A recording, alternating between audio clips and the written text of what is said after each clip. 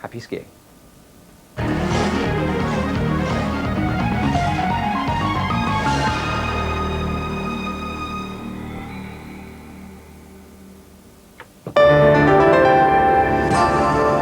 This is BBC One Scotland live coverage as the results come in Ayr now. The by-election special with Ian McWhirter.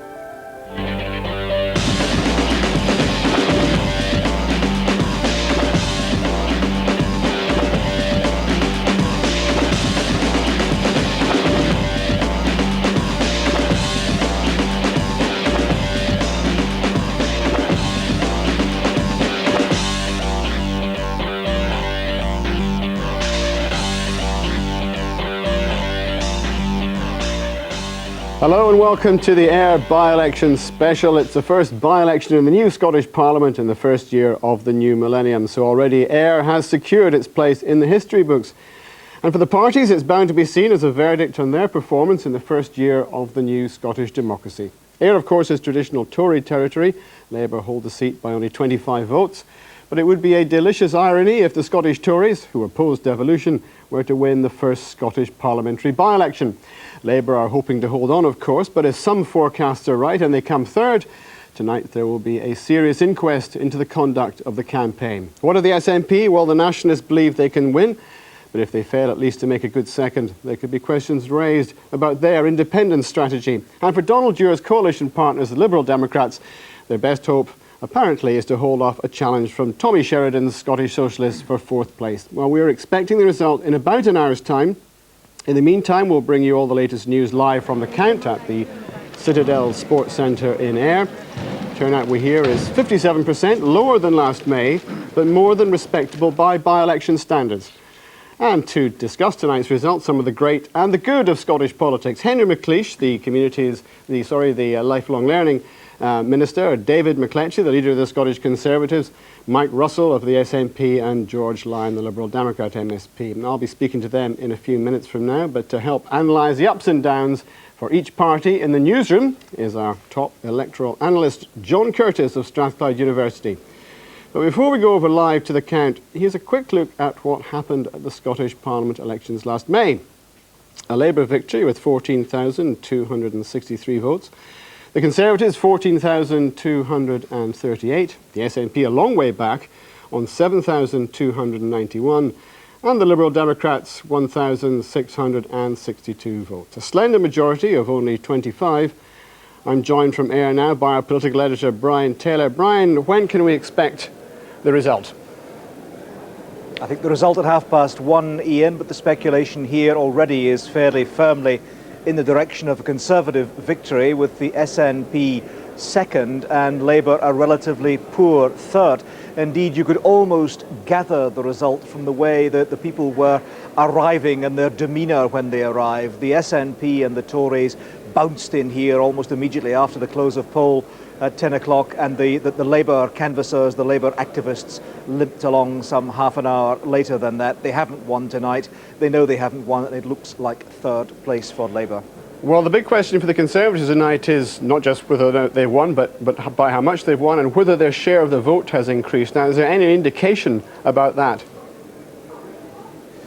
Umpteen various scenarios being canvassed here, Ian, but perhaps the one I would trust most is one suggesting a Conservative majority of just under 2,000, but not on an increased share of the vote. You'll remember, as your graphic showed there, indeed, that they got about 38% last May. I doubt if they've improved upon that. In fact, they probably have dropped back a little bit. The story of the night in terms of the change of votes is probably the SNP and just possibly a little bit of the Scottish Socialists as well, but principally the SNP driving a wedge into that Labour vote, driving home into that Labour support in this constituency. But the Tories managing to hold on, and the Tories managing to get their vote out above all. And that will probably take it the Conservative way tonight when the vote's declared about 1:30.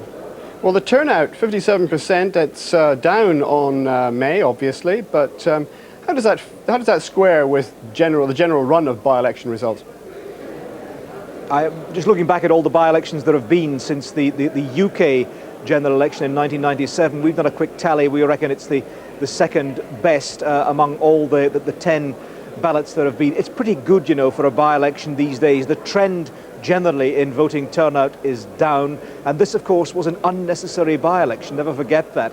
This was a by-election when the sitting MSP, Ian Welsh, decided he'd had enough of being an MSP and stood down, citing a range of reasons. The voters don't like that sort of thing. It doesn't energise them, it doesn't animate them. And so perhaps a fair degree of the Labour potential vote has either stayed at home or turned out for the SNP. So that might affect the result. But that 57% turnout, that's pretty good, you know, pretty good for a by-election, certainly. OK, Brian, we'll be back to you shortly. Now, it's only recently, 1997 in fact, that Ayr turned red. Phil Galley lost the seat for the Conservatives at the general election to Labour's Sandra Osborne, following boundary changes in which removed the upmarket southern parts of Ayr, like Alloway, and replaced them with Labour-minded areas like Tarbolton. There's a constituency, most of Ayr, Prestwick, Troon, Barassie and Dundonald. At last year's Scottish Parliament election, Ian Welsh won the seat by just 25 votes, but in December, much to the party's annoyance, Mr Welsh unexpectedly resigned, leaving the party in a lurch. It's a key seat for every party. Here's Brian Taylor. By-elections matter, not as much as might appear at the time, but they're significant nonetheless.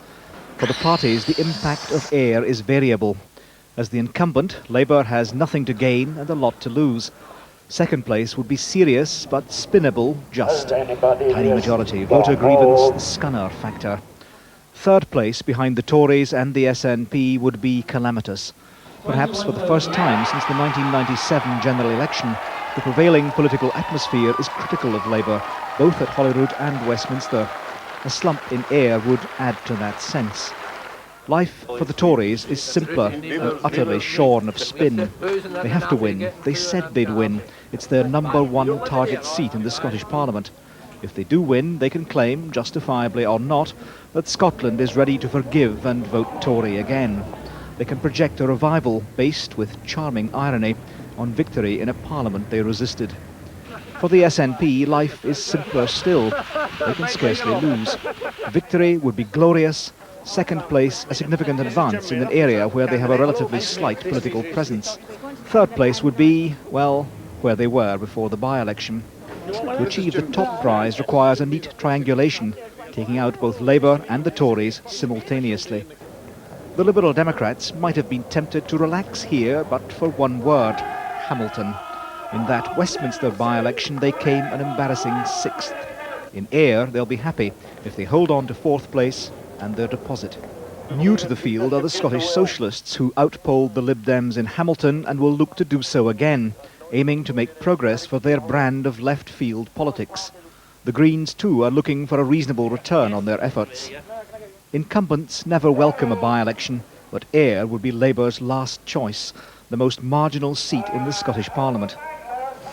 Brian Taylor. Well, I'm joined here in the studio by the Enterprise and Lifelong Learning Minister Henry McLeish, the Scottish Conservative leader David McLetchie, the SNP's business manager Mike Russell, and the convener of the Liberal Democrat Scottish Parliamentary Group, George Lyon. Well, Henry McLeish, what went wrong? Well, I don't think it's going to be a good morning or a good evening for Labour, and I think that's obviously clear. Obviously, I don't want to say too much until we get the actual result. But this has been tough territory for Labour. It is the most marginal seat in the country. There's been an exceptional set of factors at work here, but on the other hand, it's going to be a bad election result. Obviously, we're disappointed, and I think I feel for the candidate, because I think by all accounts, Rita Miller has been an excellent candidate. She'll be bitterly disappointed if the result turns out as projected, and overall, we've got to certainly learn lessons of what has happened, but overall, a bad night for Labour. You're effectively conceding defeat before the result comes out, and indeed Donald Dewar the other day appeared to be conceding defeat even before the polls opened. I mean, has there been an air of defeatism about Labour throughout this campaign?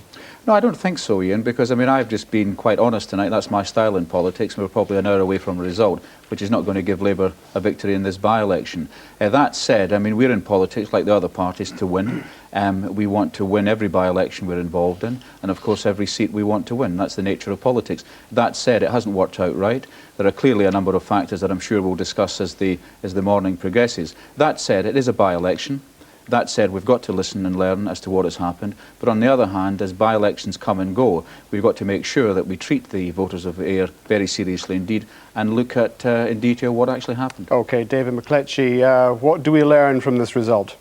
We learned that the Scottish Conservatives are back in business in Scottish politics, and that we can win seats first past the post. I very much hope that will be confirmed tonight, and that we pose a really big threat in the general election to the other parties, particularly Labour and the Labour-Tory marginals, where we will be challenging strongly to reverse that disastrous wipeout of 97. I mean, we hear a lot about 25 votes, but let's not forget the same constituency, largely the same voters. Labour won by 6,500 votes in 1997. So if we've pulled it off tonight in the sort of margins that Brian Taylor is talking about, that's a spectacular reversal and gives us real hope for the general election. Is it really that spectacular? This surely is a dyed-in-the-wool Tory area. If you couldn't win Ayr, you couldn't win anywhere. Well, it wasn't so dyed in the wool in 1997 when we lost by 6,500 votes. But yes, it's true. We've always had a very solid and respectable vote in Ayr. We've got a very good representation on the council, and clearly we had a substantial base to work from in this by-election. So yes, the fortunes for once in Scottish politics were smiling on us when Mr Welsh decided to desert the voters of Ayr and give us this opportunity. Well, Mike Russell, you're the nearly man of politics yet again. Well, Ian, you're always prescient, but I don't think you know the result as yet, and none of us know the result. Everyone else seems to know the result. Well, I'm not going to be so presumptuous to say I know the result. I think the very interesting thing about this constituency is actually it's 50th on our list of target seats. It's been Tory 92 years out of the last 100, you know, and that means it's a Tory constituency. I've been very impressed in the last few weeks, and I was brought up in this constituency. I've been very impressed by the way in which the SNP has moved forward. I mean, we got 10% of the vote in 1992. You know, we were the nowhere people in 1992 and 1997. Even in 1999, it was one of our poorer results. I think tonight we're going to see a very, very exciting night, which means that there's nowhere in Scotland that we can't actually make some very significant progress, and I look forward to the result with anticipation. Progress, but not actually victory. Well, I do think that when, and it is now when, Scotland becomes independent and when the SNP forms administration, I think even then I will not expect to take every single seat in Scotland, but I have very high hopes that Ayr is moving in the right direction for the SNP. I think, I don't want to predict too much, but I think tonight we'll see that the SNP is the only party that has actually made significant gains in terms of votes and percentage share, and that will be extremely important. And I'm looking forward to the result. Well, George Lyon, are you looking forward to the result? Yes, I am indeed. We've got a very young candidate in Stuart Ritchie, a 24-year-old student, a local lad who's put up a very good fight. He's fought on the local issues, and I think he's earned the respect of the voters in this constituency. Of course, we haven't done well here in the past. It's never been a strong area for the Liberal Democrats, but I think our candidate has put up a very good performance, and indeed anyone who's come in contact with him, whether it be constituents or the media, I think have to give him the respect that he deserves for fighting an excellent campaign. And if you don't manage to come fourth, what will that say about the future of Liberal democracy? Well, I think, that, as I've said before, we haven't done well in this seat. We fought a good campaign on the issues. I think the key test here will be the percentage vote that the Tories actually win by, because that's the test as to whether they're actually on the road back or they're still slipping down in the polls in Scotland, whether they can actually ever be a credible force again. It's quite interesting to hear Mike here making great proclamations over the last week or two that they're going to win in Ayr, but I think his glory's second best again, Mike. Well, okay. It'll be far better than fifth or sixth, as you usually are, George. All right, we'll return to that. Thank you very much, gentlemen, for the moment. Now, however you look at it, this was going to be, as we said, a historic by-election, the first in the Scottish Parliament's short life.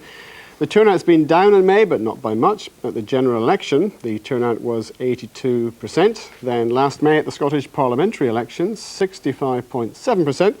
Tonight it's 57%. It's also the most marginal seat in Scotland, as we've said, held in May by Labour from the Conservatives by under 30 votes. So the numbers are as important as ever here, and joining us from the newsroom to crunch those numbers is the eminent psophologist John Curtis of the University of Strathclyde. John, first of all, the turnout. What do you read into that? Well, this is an important test for the Scottish Parliament because, in a sense, if any institution matters, then voters have prepared to come out not just simply doing a general election, but doing a by-election. And it looks as though the Scottish Parliament is going to pass this first test. Yes, the turnout is down, but it's not been falling as much in this constituency as it has been doing in most Westminster by-elections during this Parliament. So I think, in general at least, that the Scottish Parliament is going to be a winner tonight because it does look on the evidence of this that the voters of Scotland do think that it's an institution that matters. Well, David McCletchie, the Scottish Conservatives, clearly believes this is the start of the Conservative revival. Do you think there's justification so far for him building those hopes on this result? Well, if Brian Taylor is correct to suggest that, in fact, the Conservative vote may not even be as high in terms of percentage share as it was last May, then that's certainly going to suggest that this isn't clearly a Tory revival. To be fair to the Conservatives, they did do exceptionally well in this constituency in 1999 in comparison with most parts of Scotland. Phil Galley very clearly had a personal vote. But if all the Tories are doing is not even managing to defend what Phil Galley gave them as an inheritance, it's going to suggest that really the Conservatives are still doing no more than treading water in Scotland. And if, as we are being told, the SNP are the party that have made the advance, and if indeed it is only a 2,000 majority, that suggests maybe it's an even bigger advance than some of the polls were suggesting, then I think the real message of this by-election is going to be that if and when Labour are unpopular in Scotland, as evidently they were in Ayr, the SNP are now poised to be the beneficiaries, and it's going to be a real confirmation that the SNP are now very clearly the chief opposition party in Scotland, and that the future of Scottish politics is going to be very much about whether or not the SNP can eventually capitalise on that position to become the biggest party in Scotland. Mind you, we don't want to steal all the Tories' glory tonight, do we? I mean, this is, I think, their first by-election gain in, what is it, 33 years? Well, it's actually the first by-election win in Scotland since 1973, the night of the Glasgow Govan by-election, the first one when the SNP managed to win that famous victory for the Labour Party. Yes, it's true. There's no doubt there will be an invaluable psychological boost to the Conservatives, and these things should not be discounted. After all, under first past the post, which is what this by-election is, it's coming first that matters. But I don't think anybody should run away with the idea that this is suggesting that the Conservatives are looking as though they're finally beginning to make a significant advance in Scottish politics, such that they might actually become one of the two major players in Scotland. This is, I think, going to suggest that the Conservatives, yes, are going to benefit from the sidelines, but they are still one of the two also-rans of Scottish politics. But what do you think? What do you think this says about the Labour vote and Labour's prospects? Well, I think that perhaps the really important thing about this by-election is that it is a marginal just simply in Holyrood terms, but also in Westminster terms. This is one of those seats that Labour won in 1997, which we don't normally expect to win. Now, for most of this Westminster Parliament, Labour have, yes, done badly in its safe seats, but they have avoided serious falls in their vote in marginals. Now, if what we're being told from the count is right, we may well be looking at the Labour vote being something like 20 points down what it was in Ayr in the 1997 general election. And that will be a far worse result in a marginal than in any other result since 1997. And it will suggest that the opinion poll evidence that perhaps the guilt is coming off the gingerbread for Labour at the British level and at Holyrood is correct, and that perhaps for the first time we need to begin to say to ourselves that Labour are indeed mortal, and that a victory in the next Westminster election cannot be taken for granted. Thanks very much, John. We'll see if that forecast is borne out. Of course, we haven't had the result yet from Ayr. We'll be having that in about an hour's time from now. But let's go to Ayr now, where Brian Taylor, our political editor, is joined by the SNP leader, Alex Salmond. That's right. In a mild flurry here a few seconds ago when the returning officer called the candidates and agents forward, I must confess that I, perhaps alone, thought it could be the result, but it was only to discuss the spoiled papers for the evening. As you say, I'm joined by Alex Salmond, a very early arrival tonight. Presumably your presence here tonight, Mr. Salmond, means you think your party are on a good result. You wouldn't have been near this place if it had been otherwise. No, you're not talking to Tony Blair now. I mean, I go to by-elections regardless. But nonetheless, you're right. There's going to be a huge surge in support for the SNP. That'll be evident when the votes are counted. Whether that's enough to take us all the way, we'll just have to wait and see. But whatever happens, it's going to be a sensationally good result for the Scottish National Party. Henry McLeish was prepared to concede defeat. Are you prepared to do the same, that the Tories are going to take this? No, I'm sort of old-fashioned about that. Maybe that alone. I mean, I don't think you should concede defeat until the votes are actually counted. But I suppose, to be fair to Henry, he's probably read the writing on the wall. Maybe the Labour Party should have mentioned this to people a few days before the election instead of pretending that they were still in the running. But I think what we're going to find is that the SNP vote has made a huge advance.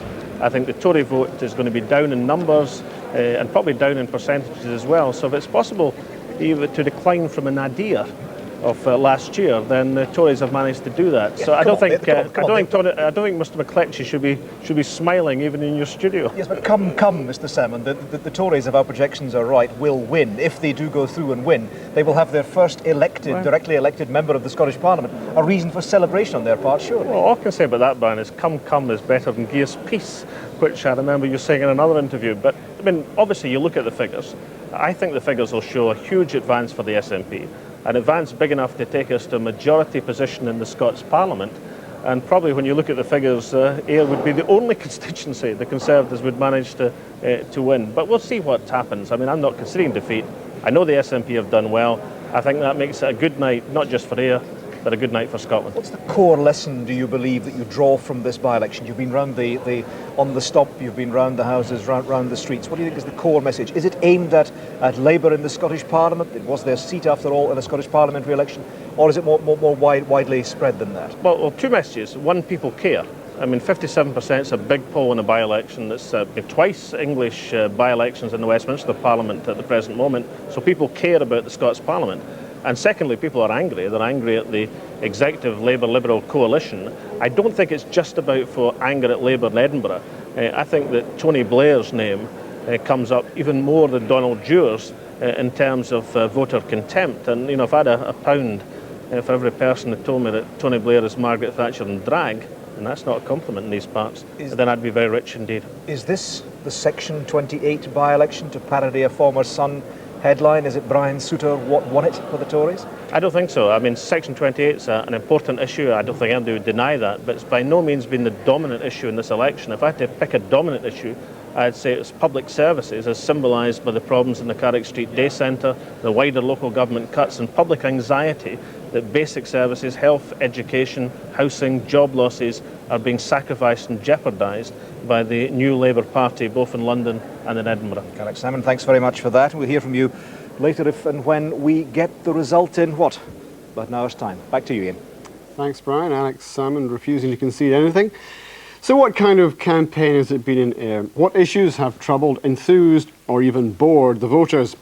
On day one, it looks as if Ayr might have turned into a referendum on Section 28, but though Keep the Clause have been very much in evidence, the parties, as we've been hearing there from Alex Salmon, say that Section 28 has not dominated. Paradoxically, for a Scottish parliamentary by-election, issues decided at Westminster have been very prominent, like pensions, a privatisation of air traffic control, jobs for Prestwick, and they've played strongly. The key local issues have included the development of Troon Harbour, local government cuts, and in particular the closure of the local Pensioners' Day Club. But hanging over all is the conduct and performance of the parties in the Scottish Parliament itself. This assessment from our political correspondent, Elizabeth Quigley. No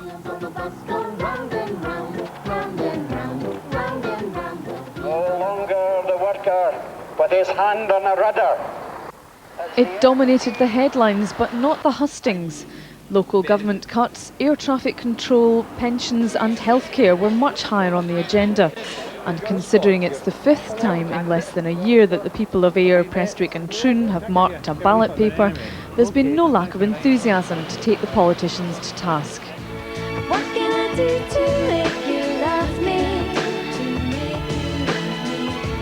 What can I do to make you care? What can I say to make you feel this? What can I do to get The parties know that in this constituency every vote really does count, and Labour's been under pressure from core voters who feel abandoned. There could be some serious soul-searching tomorrow morning if tonight goes badly for Labour. The repercussions would be that we need to sit down and discuss our strategy at elections, but what we are convinced of is we are delivering for the people we said we would deliver to. There's been very many distractions in this campaign, not least Section 28 or Clause 2A. Huge distraction, misleading the public, and we may, in a sense, have suffered from that, but we'll find out. Voters deserted the Conservatives here in 1997. Last year, the Tories clawed back enough supporters to reduce Labour's majority to just 25. They need to win tonight if they're to have any hope of showing they're even starting their fight back in Scotland. What we've found as we've canvassed and campaigned over the last month is that people who deserted us in this traditional Tory Labour marginal in 1997 and 1999 are willing to listen to us again and to come back on board. So we've been attracting disillusioned Conservatives from the past 2 elections, as well as getting a fair bit of converts from the other parties as well. The SNP was third last year and needs to woo votes from both traditional Tory and Labour supporters. They moved in the final weeks to drive home the message that only 2 parties were in the running for the seat and that only the SNP could beat the Tories. Well, I think the biggest turning point in the campaign has been the total ineptitude of the Labour Party's campaign. I mean, they've basically talked themselves out of the race, and as Labour have declined, of course, the SNP has risen in the campaign. It would be, of course, the most sensational result in Scottish by-election history. Honesty is not always the hallmark of politics, but the smaller parties fighting this constituency have been brutally frank about their prospects. The Greens merely want to raise environmental awareness, and the Liberal Democrats admit they'll be happy if they don't lose their deposit like they did last May. The perils of being in coalition with Labour mean they bear the criticisms connected to being in government, but not necessarily the benefits of being in power. We've delivered major things by being in coalition with Labour. For example, anyone who's going to university in September will find they're not paying tuition fees. Now, that wouldn't have happened if the Liberal Democrats hadn't been in there digging their heels in and fighting for that. So I think people have seen Liberal Democrats as people that do stand up for the things they were elected for and have been delivering on it. Ayr secured a Scottish parliamentary first when Labour's Ian Welsh resigned and prompted this by-election. Tonight we'll find out if it makes it into the political history books in any other ways. Elizabeth Quigley, so let's see what our panellists think were the main issues. Henry McLeish, was it Section 28? Well, interestingly enough, I think I agree with Alex Salmon's comments that certainly there was a lot of noise around Section 2A in the campaign. But I think on the doorsteps that wasn't a key issue, but it certainly influenced the nature of the debate, and I think that was important with other factors. I think clearly, I mean, we've heard Alex Salmon, we've heard Mike talk about the SNP, but you know, clearly in any by-election, the SNP are a protest party. They're a vehicle that sweeps up comment and sweeps up votes on certain occasions. That said, the Parliament's 9 months old. There's a lot of good things happening, as Nora Radcliffe said, but obviously we campaigned on health, education, jobs, with unemployment that's lowest it's been for a quarter of a century. So there have been very positive aspects, but I think there's a crowding out of those key issues where the Parliament has in fact done well, and I think what we've seen there as a consequence, our message having difficulty in getting through. But I would say that it would be far too easy to blame one issue, and certainly that's not what Labour's doing tonight in relation to Section 2A. Well, David McLetchie, was it Brian Souter what won it? No, it wasn't Brian Souter who won it for us. I think I was looking at my literature the other day for our John Scott's campaign, and we mentioned Section 28 once. I mean, we were campaigning on the other issues, some of which Henry has identified. The rising rate of crime, of course, and the cuts in the police force in Strathclyde is an important issue for us and for people locally. The Executive's failure to invest in the development of our roads network, which is important for safety on a road like the A77. Would you concede that at least you got a lift? Would you concede that at least your campaign got a lift from all the Keep the Clause billboards around there? Well, I think what it actually did was that the Section 28 is an important issue in its own right, but it actually also had a greater, I think, symbolism, because there are a lot of people out there who actually feel that the Scottish Parliament and the Executive's programme in particular has lacked focus.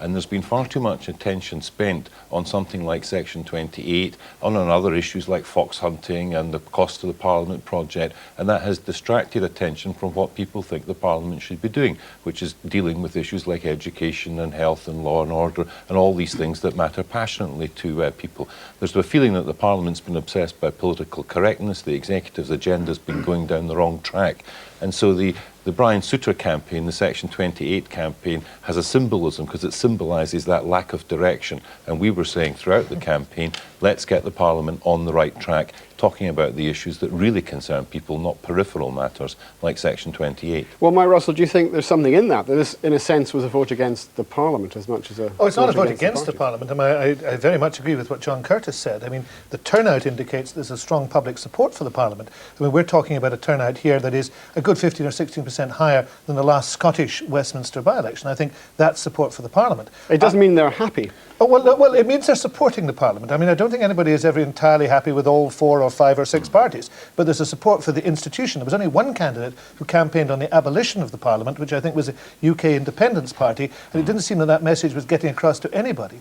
But I think there have been some dominant issues. The Scunner factor is one of them. People are turned off by the performance of the executive and what it has done. This is not a protest. I mean, when Henry starts to genuinely engage with what's happening in Scottish politics, there may be some hope for him. Because what he's simply trying to do is to dismiss concerns that people have about a range of issues and saying, oh, well, they're just protesting.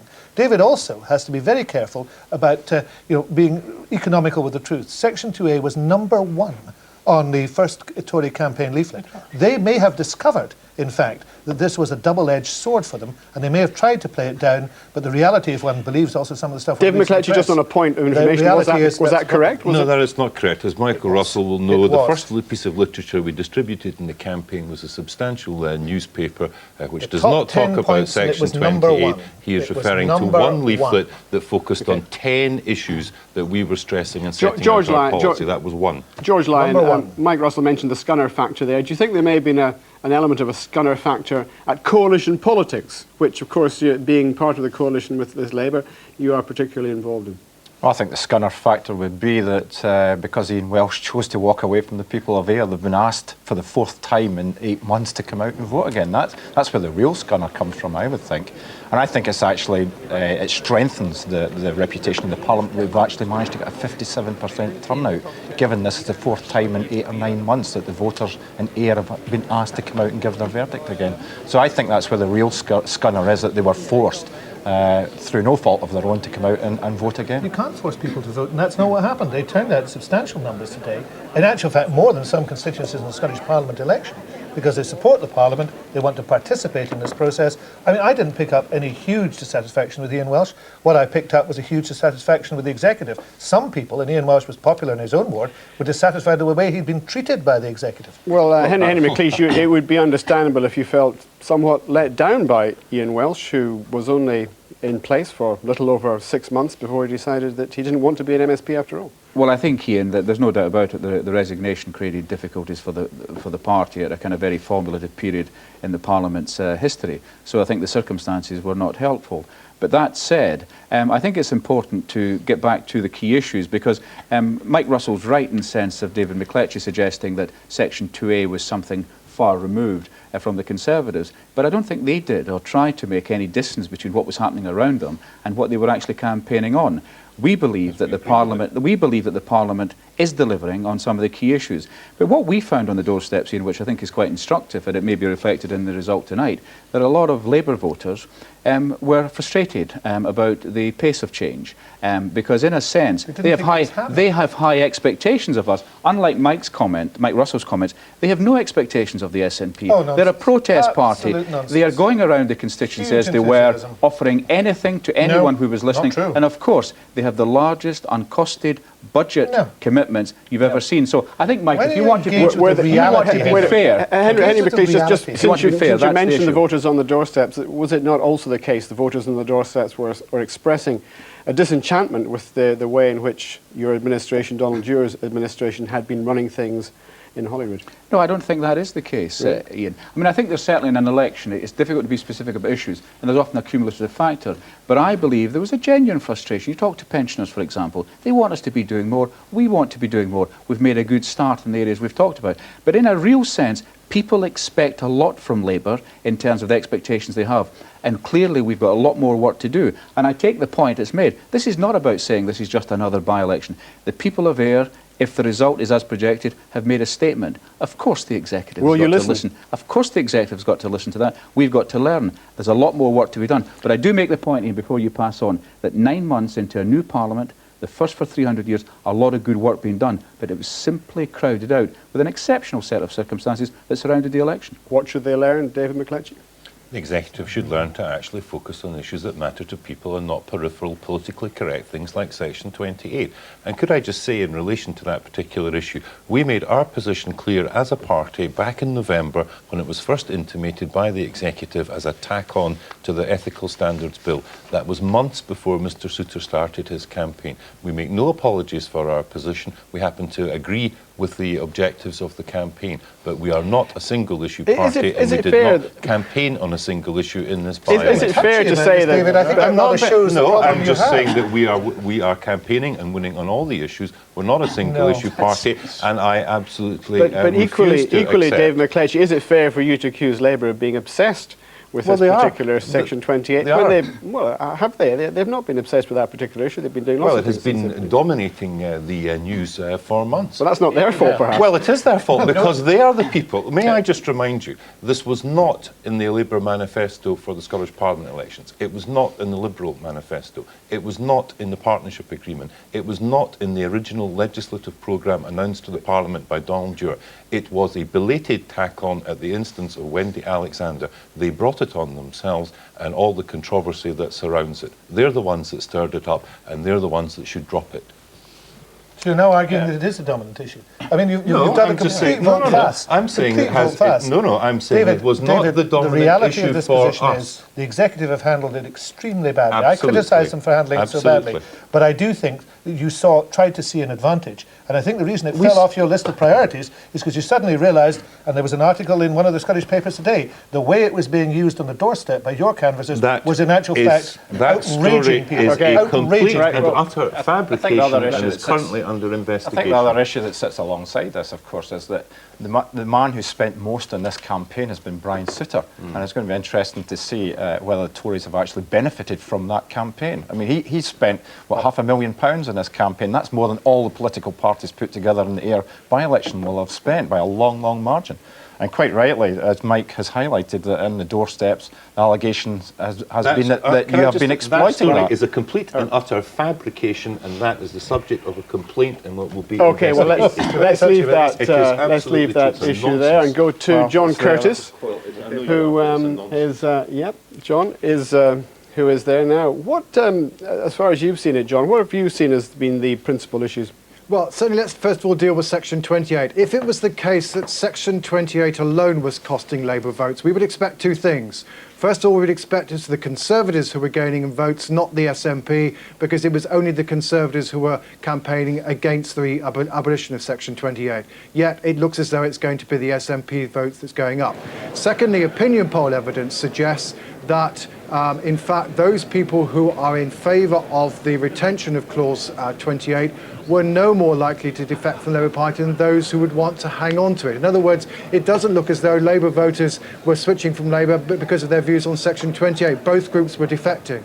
I think, in fact, probably it's a much wider set of issues here. And the really interesting question is whether or not this is simply a vote against the performance of the Scottish Executive, or whether it's also an indication that the voters of Ayr are also unhappy with the UK performance of the Labour Party. And in a sense, almost Labour must be hoping that it is actually the former and not the latter. But I think, given some of the opinion poll evidence, that even in a Westminster election in Ayr, Labour's vote will be well down. We may well be looking here at evidence that people are not also entirely happy now with what's going on in London. Well, indeed. I mean, there was a perception in the middle of the campaign that it appeared to be UK issues like pensions, overall local government spending and issues like that were concerning people rather than issues which are of the responsibility of the Scottish Parliament. Well, it's certainly the case that if we look certainly amongst the group who the Conservatives doing best in, according to polling evidence, it certainly was older people. And certainly I think it's fairly clear there's quite a large amount of resentment amongst many old age pensioners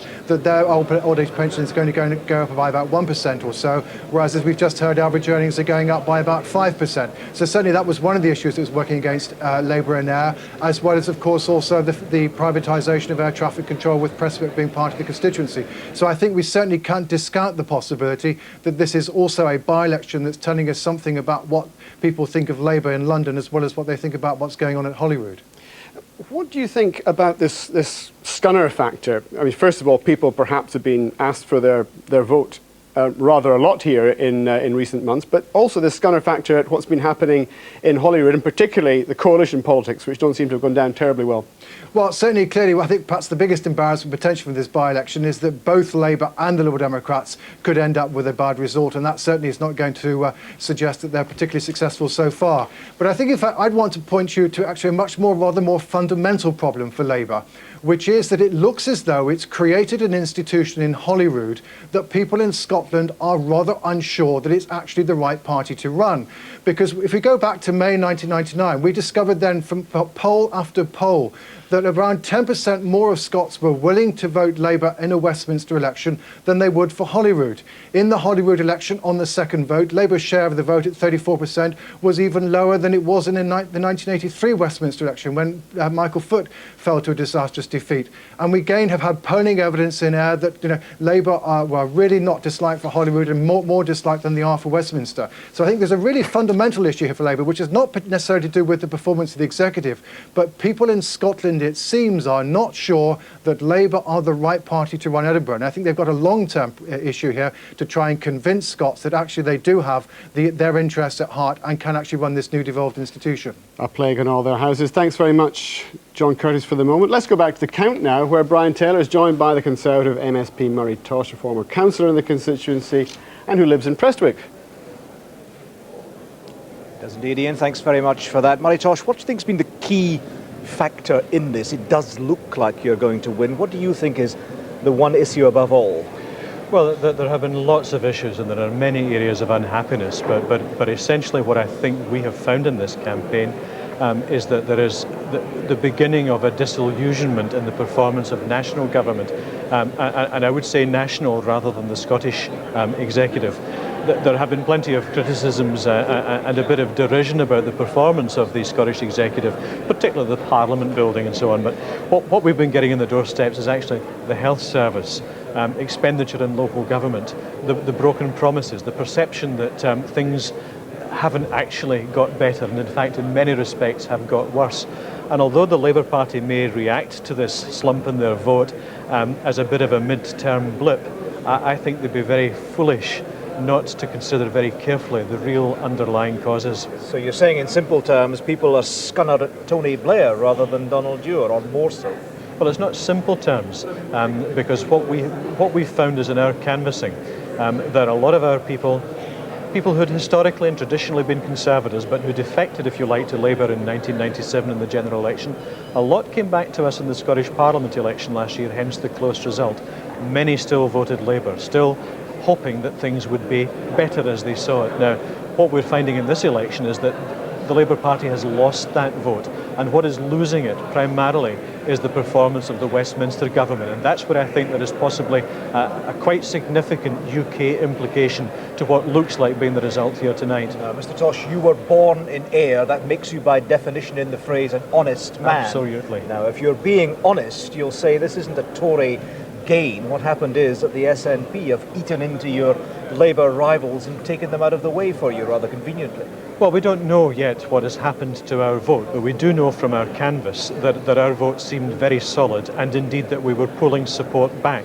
Solid but not soaring up, which is what you would need to do to get back in Scotland. Well, depends what you mean by getting back Scotland. If we win in this if we get this constituency this evening, make no mistake, this is a constituency which, on its present boundaries, and people tend to forget the boundary changes, this constituency would have been a Labour constituency by some distance in 1992 and 1987. And if we win this tonight, we are back to the position we were in 1983 when we had more than 20 Tory MPs in Scotland. And that's enormously encouraging for us. And I agree the Labour vote is going down, but I think the result will show that our vote is really very good for a by-election in mid-term, and there's a lot of encouragement for us in that. Yes, but you need a bit better, don't you, than just very good for a by-election in mid-term. For the Tories really to come back, you had to win this seat. Oh yes, that's absolutely true. And self-congratulation will no doubt be the order of the day if you do win it. But this doesn't mean you take back the Edinburgh South, the Edinburgh Pentlands, dare I say it, the Edinburgh Centrals. No, but this is where we this is where we begin,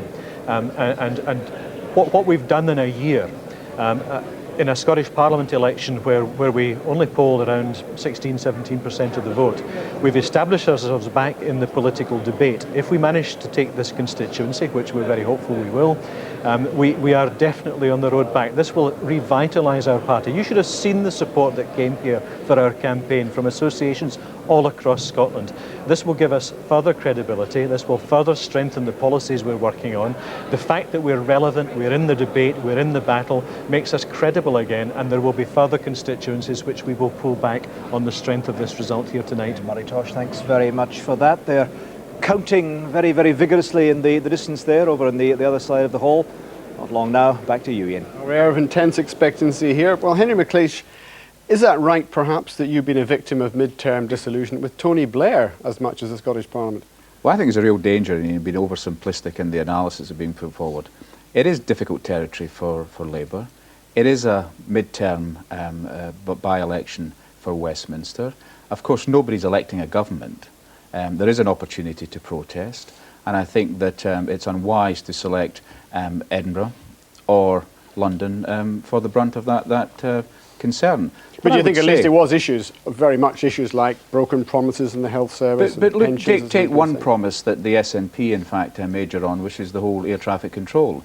When the government is putting in there nearly £500 million worth of investment, it does mean that we'll have a air traffic control service and centre fit for the remainder of this part of this century. That was a very good policy. But of course, in the hurly-burly of debate, that can get distorted. Of course, we were arguing and campaigning all the time on what we're doing for education, what we're doing for health, what we're doing on the economy. And it could well be the case that some people might argue, well, presentation has got to be sharper. But nevertheless, we did focus on the real issues. But there was an exceptional set of circumstances. And I think I take the point about David McLeish. I mean, David, you can't have it always, because I believe that Section 2A was an influential factor being surrounded, and I think other parties try to say, oh, look, we want a rational debate about that. But at the end of the day, Ian, I don't think, and I think I'd maybe take issue with John Curtis, who I very much respect, that it's not a matter, we've got a new institution, but certainly after 9 months, you cannot jump to the conclusion that Labour is suffering as a consequence of creating that institution. OK, but David McLeish, if pressed, would you say that these were national UK issues that were deciding this contest, or local issues? I think there's a mix, quite honestly. I mean, I think there is a perception that the executive lacks focus in Edinburgh for the reasons I've outlined earlier. But there is also a very bad result for Tony Blair. I think people see through Tony Blair now as a kind of glib-tongued charlatan who'll say anything and do anything to maintain himself in politics. I mean, to maintain himself in power. And the Blair honeymoon has definitely worn off. People believe that Labour is starting to fail. And so the lustre has gone, and this is now being reflected in this by-election result. And of course, it was also reflected in the result at the end of last year in Hamilton. I don't suppose you're going to disagree too much with that analysis, Mike Russell. Well, I never like to agree with David McLeish, and I'm not going to agree totally with him now, but I am certainly always inclined to disagree with Henry when he talks about things like national air traffic control. Now, this is a policy that's opposed not just by the SNP, not just by I think the vast majority of electors in this constituency and elsewhere. It's opposed by the industry, it's opposed by the unions, the British Airline Pilots Association, the workers in national air traffic control think it's a crazy idea, but Henry's saying, well, the only problem is we're not presenting this sharply enough. They're presenting it so sharply, they're actually cutting their own electoral throat with policies like this. And they have to realise they can't just take on Tory policies, pretend it's new Labour, and therefore everything will be all right. There's huge opposition to things like that. Post office is another one. This is another issue that Henry defends, yet the reality is that 11 out of the 19 post offices in this constituency are under threat of closure because of changes that government is making. This is wrong. People know it's wrong, and when you go and talk to people, you talk to people about Carrick Street halls, you talk about local government services. This executive is failing, and failing very badly. Brief and in response, failing, Henry what we McLeish. have to have is to be honest and to say that's what people want, and they don't want what Henry's giving them. Well, I think Mike Russell has just confirmed what I was saying, a real massive distortion of the truth. The 11 post offices elected are allegedly under threat because they, in fact, have 40% of their income from the benefit system. But in the Chamber recently, we disproved that. And what we've got is a situation where older people on benefits are being scaremongered into thinking that that facility is going to be withdrawn in post offices. The simple fact is they're not. the UK government has made an absolute pledge that anyone wishing to retain a benefit access at a post office can. Now, that is my illustration, Ian, that there's a lot of very important issues out there. It's the postmasters themselves. I understand that if you're an opposition, I understand if you're an opposition party, that's part of the game. But on the other hand, there were massive untruths being projected in this constituency, and of course we've highlighted one of them. And of course the air traffic control investment is 500 million that would not be secured in an independent Scotland. Let me bring George Lyon in here, because of course as the coalition partners of Henry McLeish's party, the Labour Party, you have a responsibility obviously for the way in which things have been conducted in Holyrood. Yet in the middle of the campaign, your Scottish leader, Jim Wallis, called on the Chancellor to open his war chest, and that wasn't going to help matters, really, was it, in Ayr? Well, that's a Westminster issue, and we have a policy in Westminster that says quite clearly we believe more money should be released to actually invest in public services, and we could do certainly a much better job here in Scotland. But I mean, if we get was it not a bit below the belt in a by-election? If we get right back to the issues, though, I mean, David McClick just saying the executive's not focusing on the needs of the people of Scotland. I mean, we've delivered £50 million of student support, which now gives us the best student support deal in Europe. We've delivered an extra £18 million for education. That's a 6.2% increase in the education budget for local authorities for this year. We've delivered help for rural Scotland through the £40 million extra package that went to the farming industry.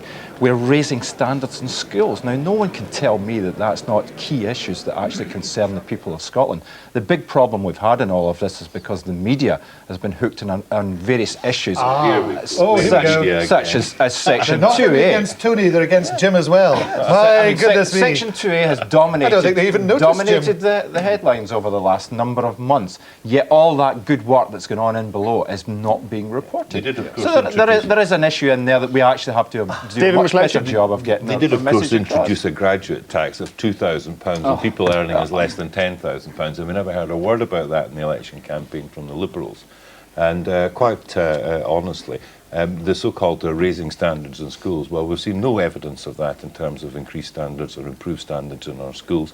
What we've got is an elaborate structure being set out in the so-called Standards in Schools Bill, which remains largely unproven. And we think we're starting from a very low level, David, what you left behind. I think this executive is the most misunderstood partnership in history. You know, that nobody understands the wonderful thing they're doing, or in reality, they never look in the mirror. They never actually see the way in which they're failing. Now, I think the truth is that one, not the fact that they're just not getting their policies across. Their policies are getting across, and they're hurting ordinary people. George Lyon, let me stick with you for a moment. Do you think that your electoral prospects and your performance in Ayr has been affected badly by your participation in the coalition? Well, I think the by-election has a whole range of issues surrounding it. I mean, Section 2A has been around there, all the local issues. It is by-election time. As I said, we've not done well here in the past. This has not been an area or a constituency where we've had a big share of the vote. We've got a good local candidate, a young candidate, who's actually been blooded and done very, very well. So I think if we get a reasonable result to reflect Stuart Ritchie's work here, we'll be quite happy. What's a reasonable result? A reasonable result is much the same as what we've had before. So less than that's not a reasonable result? Sorry? Less than that would not be a reasonable result? Well, as I say, we're looking for a reasonable result. I mean, unlike yourself, you're predicting wins all the time there. Let's take a break. Let's take a break there and hear from the leader of the party who is vying with you for fourth place in Ayr. It's Tommy Sheridan of the Scottish Socialist Party. What have you made of it so far? Well, first of all, thanks very much, Ian, for speaking to us. It's about the first time we've been spoken to about this by-election. We're heading for fourth place. The four-party system that blew apart in Hamilton is going to get blown apart again tonight, and hopefully when there's another by-election you'll maybe speak to the Scottish Socialist Party and we'll get the chance to get our policies across as well. Well, we're speaking to you now. What kind of issues did you think were the deciding ones here? Well, the deciding issue was the performance of the Blair government. The Blair government rather than Holyrood? Yes, I think it was. I think the Blair government performance dominated. Labour will be hammered tonight, and they'll be hammered because of the 73p increase to our pensioners. They will be hammered because of the miserly 10p added on to an already insulting minimum wage, while the Chancellor's sitting with a war chest, according to the Institute of Fiscal Studies, which is £18 billion. It's an insult to the core voters of Labour. They have deserted them in droves, and we're very pleased that many of them will have voted for the Scottish Socialist Party, and we will be proud to keep them as loyal supporters. What do you think they thought they were voting for when they voted for the Scottish Socialist Party? Well, that's the big difference, Ian. People know what they're voting for when they vote for us. They're voting for a traditional socialist party that stands for a fundamental redistribution of wealth. We want to tax the wealthy appropriately. We want to redistribute the wealth and power in our society. We want Scotland's oil to genuinely become Scotland's oil through a public oil corporation. We tell people these things. We're honest and open about our policies. It's a pity that many of the other votes that are cast maybe be negative votes. People voting for the Scottish Socialist Party are voting positively. Well, George Lyon, do you think there's something in that people are more inclined to vote for parties which have a clear, sharp definition? I mean, it's up to the voters to make that decision. We have a very clear focus in the Scottish Parliament. We have working together with Labour to deliver the Partnership for Government, where it states quite clearly the programme over the next 4 years. And I think once that programme is delivered, the voters will see the benefit of partnership politics. And let's face it, with the current electoral arrangements in Scotland for the Scottish Parliament, that's the way it's going to stay for the future. Tommy Sheridan, just finally, are you confident you're going to defeat the Liberal Democrats tonight? Yes, I'm confident we're going to beat the Liberal Democrats. I would have been a lot more confident if we got more coverage in this campaign. We could maybe even beat Labour. Okay. Eddie McLeish. Just to reflect on what George Lyon was saying, I mean, I think this is the point about perspective on this. There won't be another Scottish Parliament election for 3 years. The coalition is 9 months old. It's the new politics of Scotland. And in addition to what George was saying about the achievements and the focus, we're also embarking on the biggest hospital building programme that Scotland's ever seen. And for David McLeish to suggest that the 50 million injection of new money into student funding is not important, that's the politics of reality, David. And quite interestingly, when we had got the deal, when we had constructed the way forward, there was not an outburst from Scotland. Even the media were very quiet that weekend. It simply means that we've delivered an extra 50 million. Huge amount of money. Now, that's a focused issue. That's a focused issue. Why do you think that message is not getting across to the voters? Well, I think part of the reason, certainly in Ayr, was this crowding out theory that I've got, that you have a situation where there was a lot, as I said, not a key issue on the doorsteps, but a lot of noise around 2A, an important issue in itself. And we have tried to focus on the issues, and indeed, some of the local coverage reflected that. But the executive is focused, and I believe as time moves on, people will see that the priorities that we've got, priorities of the partnership, are the priorities of the people of Ayr as well as the people of Scotland. David McLeish? Well, this hospital building programme, half of it, of course, was the Conservative programme, which had already contracted under the previous Conservative government. Now, I'm delighted that the Executive is continuing with that programme of improvements in the health service that we initiated. I'm pleased about that. And, of course, it actually puts into perspective a lot of the lies that they told about us when we were in government. But that's the truth of the matter, and I must say, I think it's quite outrageous for Henry to try and claim credit for programmes that we put in place during our time. And that's exactly what they're doing with this nonsense about this massive hospital building programme, supposedly of theirs. The real problem lies in something that Henry has just said, when he said that the partnership is the new politics of Scotland. It's not. It's a failed attempt by Labour to try and manage the new politics as if it wasn't. This is Labour control. Unfortunately, they've got a willing partner who wants to be controlled because they get jobs out of it. It's not the new politics. The new politics would be the parties in the Parliament working together. And what we actually have is Henry and his party, the control freaks, trying to control, and it's coming apart at the seams. Okay, well, let's take a view from the count in Ayr. It's Brian Taylor, our political editor. Any intelligence yet, Brian? When is the result expected? I still think about half an hour's time, Ian, about 1:30. We've been giving these various forecasts of the result, and perhaps we should explain to the viewers that it's not entirely guesswork, well, not completely anyway. What is happening, of course, is that as the count goes on, just behind me there in the hall here, the parties have their various enumerators and scrutineers and canvassers. There we are, you can see them there sort of standing round the tables. Now, they're not just doing this for the sake of their health or peering in. What they're doing is taking a pretty careful note of how they see the votes tallying up. They then have little points around the hall where they're feeding them into mobile computers to try and get an estimate of the result. Now, I have to say, it's varying pretty widely among the parties. The SNP reckon it's Tories 37%, themselves on 32%, and Labour on 22%. The other parties, everyone is saying the Tories first, everyone's saying SNP second and Labour third. The other parties tend to think the SNP and Labour are a bit closer, perhaps around the mid-20s mark, rather than that wide gap that the SNP are forecasting. The latest guess/stroke intelligence is that the Liberal Democrats are indeed in 5th place, outpolled by Mr Sheridan's Scottish Socialist Party. Well, that would be very surprising, wouldn't it? Because you wouldn't think that Ayr, of all places, would be receptive to the Scottish Socialist Party's message.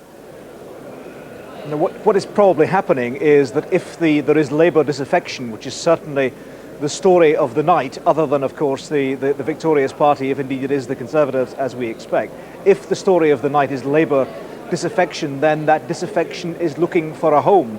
And on this occasion, it appears to be looking for multiple homes, principally the SNP, but also possibly also the Scottish Socialists. They have a good number of their activists here. I think that indeed there were a short time ago in the T-bar, just over the other side of the hall there behind me, and they're saying that they are managing to build upon that disaffection. They endorse Tommy Sheridan's analysis that it is disaffection with Tony Blair and with the questions of pensions and benefits and the minimum wage, rather than necessarily with Holyrood-devolved issues. OK, thanks very much, Brian. Well, Henry McLeish, you don't want to rub salt in it, but it does appear as if there really is a pretty dramatic collapse in the Labour vote here and there. Well, I think there's speculation about that, Ian, and obviously we're a half an hour away now from the actual results, so we can look at the details when we see them. But I think I've tried to give a fairly balanced perspective that, I mean, clearly we've got to look at the results, if indeed they are as being suggested. We're a party that wants to learn from the voters, because our democracy only works if we listen to how people vote and take lessons from that. In practical terms, though, what can you do to regain the political initiative after tonight? Well, I think what we have to do, and I think this is a point made by George Lyon, we do have a new set of circumstances in Scottish politics. We do have a new partnership. There's a lot of focus seen on a lot of excellent subjects, which in the main are applicable to every person living in Scotland. We must continue to do that. We must have a longer-term perspective. And of course, we're 3 years away from a Scottish parliamentary election. And I think, let's not forget as well, that the by-election perspective that we must apply to this, you know, is important. Things happen in by-elections, there are protests. The main thing for Labour is we've got to listen, we've got to look at those protests and make sure that what we do from now on in actually not only gets our message over, but addresses some of the key concerns of our constituents. There's the Labour candidate, in fact, Rita Miller, at the count, looking remarkably positive under the circumstances. A brave face on a potential defeat. Henry McLeish, what about this defection or apparent defection to the Scottish Socialist Party? You've always dismissed them in the past. They've been dismissed as ex-militant interests, as Trotskyists. But do you think that they're now perhaps becoming a serious political force that you might have to contend with in West Central Scotland? Well, with the greatest courtesy I can muster, and I don't think they're becoming a major force in Scottish politics or a force in Scottish politics. I mean, Tommy just managed to avoid telling people about the £7 minimum wage that might be enforced. That would be interesting for those getting it, but it would certainly have some impact on the rest of the economy. No, I think if you're seeing, as you're predicting, some form of disaffection from the party, and that it may well be, there's multiple homes for that. Now, there may be a protest for the Nationalists, and there may, in fact, in a seat like here, be some support for the Conservatives. And of course, there may be some support for Tommy Sheridan's party. That said, the key for us is to look at what we've done tonight and move forward. So I don't regard Tommy Sheridan's comments, attacking again the lack of coverage from your good self, as an important consideration in any of this. Well, let's see what Tommy Sheridan has to say to that. You're just a repository of protest votes. Do you know, it's very interesting, Ian. Henry dismisses the £7 an hour minimum wage. That's actually the policy of Unison, of TUC, who stand for a £5 hour minimum wage, moving towards the European decency threshold, Henry. You wouldn't go out your bed for £7 an hour, Henry. It's not too much to ask for Scottish workers to get what the European workers are getting. £7 an hour, it should be a minimum. And the £3.10 and the £3.60 that your government has implemented is an insult, and it legislates for poverty pay. And there, in fact, is the SSP candidate, James Stewart, at the count. Looking enigmatic, I think is the best way to describe it. And perhaps not looking a major force, but a force nevertheless. Though Tommy Sheridan, less than 1% across Scotland, you're not really a significant political player yet, are you? Ian, you have to drag yourself into the current situation. I mean, we get 2% across Scotland in May, we get 4% across Scotland in June, we get nearly 10% in Hamilton. We're going to beat the Liberals tonight and be the fourth party. We really should get up to speed on events. You know, things are moving forward. There is a new party being created. Henry may wish to dismiss us all he likes, but he's got to remember that people like Alec Smith and Henry McCubbin, who only recently were MEPs for the Labour Party, are now endorsing the Scottish Socialist Party. You see, we're the party of the future, and I'm afraid Henry's the party of the past. OK, we stand corrected. Angus Lyon, though, what do you have to say about your vying now with the Scottish Socialist Party? Well, I think the new electoral system allows for protest votes to go to many parties, and quite clearly Tommy's party is one of these alternatives now that are there for the protest vote to go to. So I don't have a problem with that. It was a PR system that we fought so hard to get introduced here in Scotland that actually allows that to happen, allows other parties to actually flourish. George Fawkes there, the Labour MP for Carrick-Cumnock, Doon Valley, who is deep in conversation with one of the people. I think that looks like John Swinney, yes, Deputy Leader of the Scottish National Party. Exactly. Very deep in conversation. Doesn't look hugely happy, has to be said. But perhaps he just has having difficulty. He has been running the SNP campaign and doing it tremendously effectively. I wouldn't be surprised he's tired, but knowing John, he'll be happy tonight. Well, George Lyon, just sticking with this, I mean, it is a problem, is it not, for the Liberal Democrats if you consistently find yourself runners-up behind parties like Tommy Sheridan's Scottish Socialist Party? Well, we've been in positions where we've had a low turnout in by-elections before, and we've bounced back and won 9 and 10 seats at the very next election. So I don't think it actually. But you know what people in the Scottish Liberal Democrats will say. They'll say that you don't have a clear enough identity. You're being dragged down by your identification with the Labour Party, and you need to strike out and have more distinctive policies. Well, I think when you judge us on our record, whether it be on the Freedom of Information Bill, whether it be on the extra money for education, whether it be on the abolition of student tuition fees and the introduction of grants, which incidentally I now see that Westminster's actually want to have a look at the system we're putting in here in Scotland. I think they will see that we are effective in government and that we work closely with our partners in government, the Labour Party, and we will deliver for the Scottish people over the peace. There is clearly the need to get that message across that we are delivering on the real issues that affect the voters of Scotland. The protest vote here tonight is something we have to listen to, take account of, and actually make sure that we address some of the issues raised in the doorstep. So how will you address those issues? Well, I think clearly we do have to look closely at public services. I would hope that we actually see some announcement in the CSR at Westminster that will allow... The comprehensive spending review. The comprehensive spending review that will allow us actually to take up and deliver what the expectations of Scotland are. We've suffered, as I say, since 1994 with the Conservatives slashing the public spending over that period right through to 1997, and it's only now under the Scottish Executive indeed that the spend in Scotland, the Scottish Bloc as it's so called, is actually above the 1994 level. So that's 7 years of cuts in budgets, and it's only now we're actually starting to address that balance and starting to lift the spending upwards, and I hope that that can continue after CSR2's. Well, Henry McLeish, is Gordon Brown going to open his war chest next week in the budget?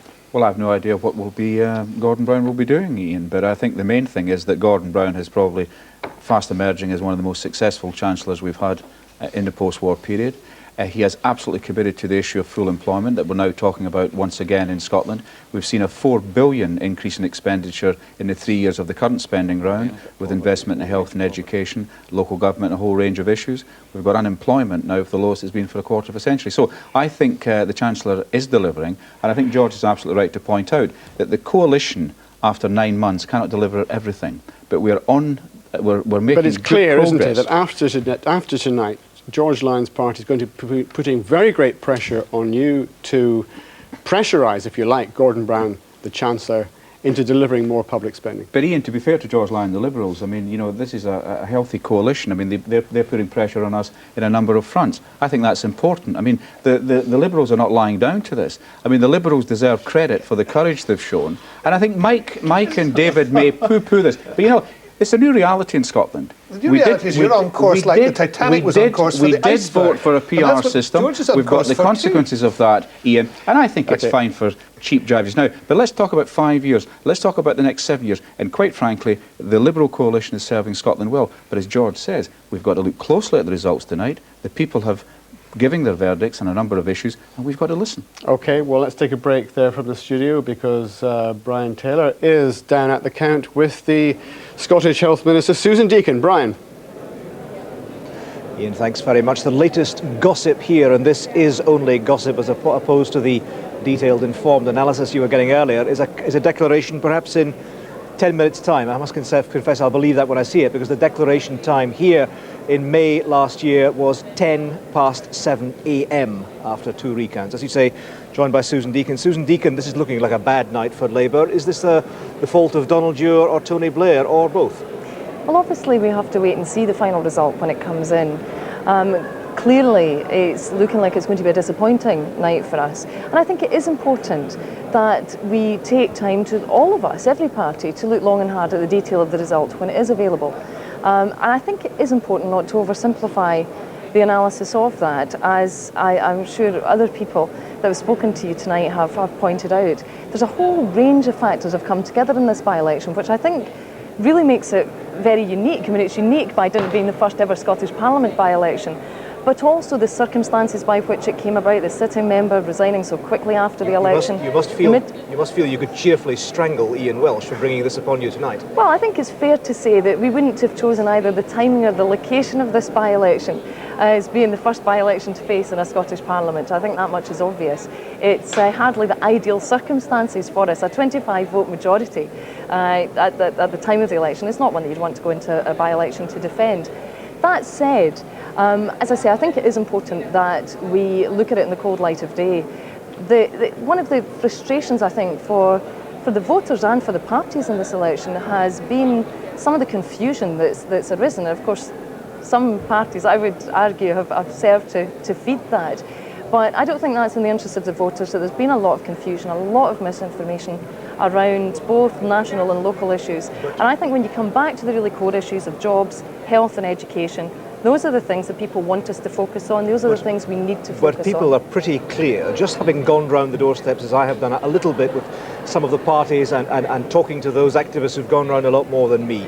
People are pig sick about the pension increase, the limits on that. They're annoyed about things like the abolition of the married couples allowance. They're annoyed about or upset and puzzled about Section 28. Now, each of those things are policies, either at Westminster or in Holyrood, that are actively pursued by your party. There's no confusion about that. Well, that, Brian, is why I say that I think it is so important that parties always, and governments always, do listen to what the electorate have to say and do act on the messages that we get. I think what is important is that Labour is delivering on very, very important things to people in the economy, for example. Voters here don't think so, do they? They don't think so. Why is that? They don't think so at all. It's interesting. From my experience when I've been through here, it's interesting when you get a chance to actually discuss the issues with people. You get much more recognition about the progress that is being made. But it's true that people are impatient. They want to see us deliver more. We're impatient. I'm impatient. I want to see us make the changes in the health service that I know that we need to see. But I also know that I've got to turn around 20 years of the Tories' approach to running the health service, of underinvestment in it. I also know that the big improvements that we want to make take years, not months, to deliver. So it's important that we do continue to respond to the things that really matter to people, that we do work hard to reassure them that we're delivering on the things that they care about, and where appropriate, obviously, that we listen to them and make sure that we continue to act. Susan Deacon, thanks very much for joining us, and back to the studio in Glasgow. Thanks very much, Brian. And just to reassure you, we do expect the result in about 5 or 10 minutes from now, and hopefully we won't be still going at 7 o'clock in the morning. So, Deuce Air has become the centre of national politics, and not for the first time. It's been a cliffhanger seat for most of the last decade. For much of that time, the power base of the Tories' favourite populist, Phil Galley. Well, he's sidestepped this contest. However, he's hoping to get the Westminster seat back at a forthcoming general election. But he's not Air's only favourite son. It's not quite the hometown of Scotland's Bard, but Robbie Burns is part of the local tourist mythology of Ayr, since he called it the town of honest men and bonny lasses. Ken MacDonald, maybe neither, but he's been looking at some of the more contemporary cliches of by-election politics.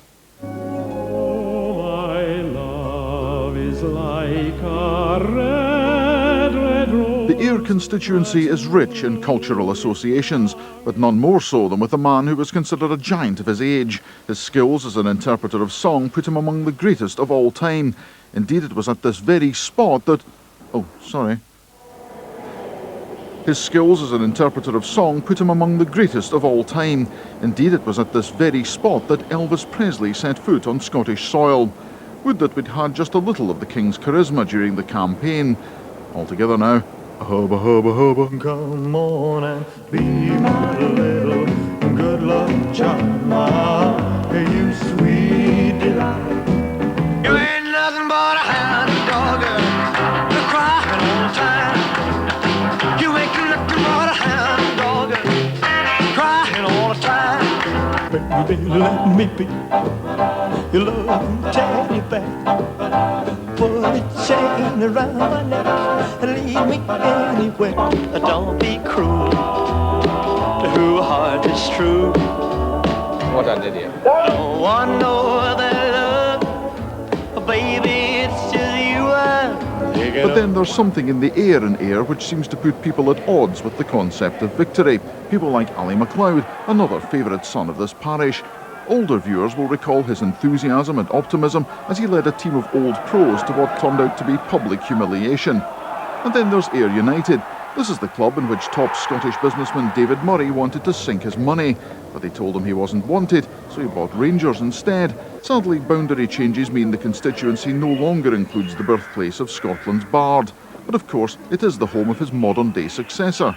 Can it be true? One who is yet greater than Robbie or Elvis. I got a feeling called the blues. Oh Lord, since my baby said goodbye, and I don't know what I'll do. All I do is sit and cry. Oh Lord. Yes, the Tories' new campaign anthem from Sidney Devine. This week he was unleashed as the Conservatives' secret by-election weapon. And if he's done the trick, why stop there?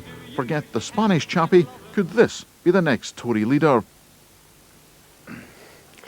So there we have it, David McCletchie, Sidney Devine, he's your secret weapon.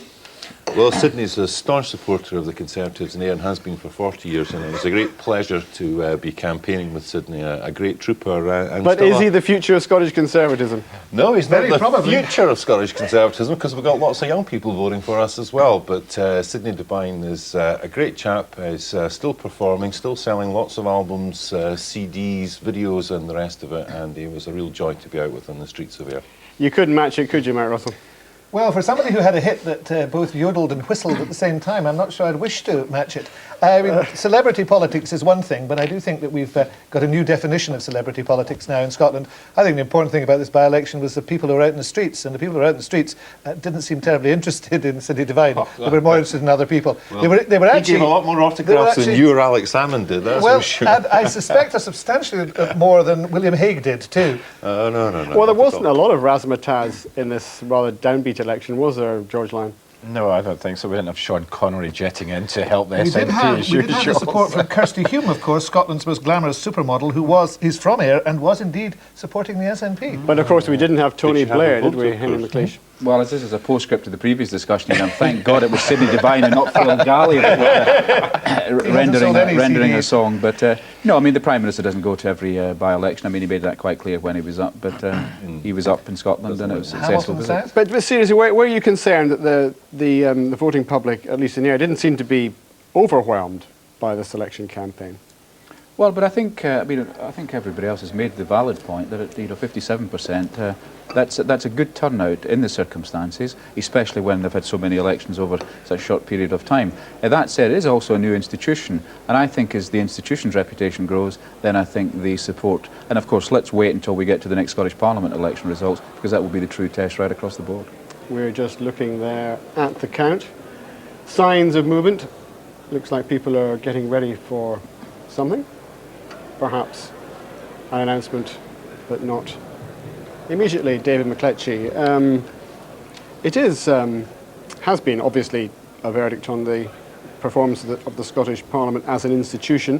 What do you think the Ayr campaign has said about the voters assessment of Scotland Year Zero? Well, I think the jury is still out. I think there is a lot of scepticism, quite honestly, and cynicism and disillusionment.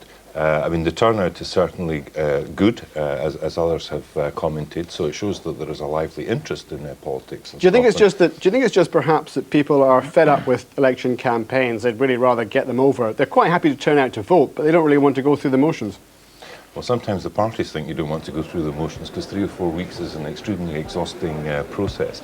But no, I think by and large from the people that I've met on my many visits to Ayr that people actually enjoyed the razzmatazz of the campaign. I found it a very friendly campaign. I enjoyed my conversations on the streets with Tory supporters and supporters of other parties.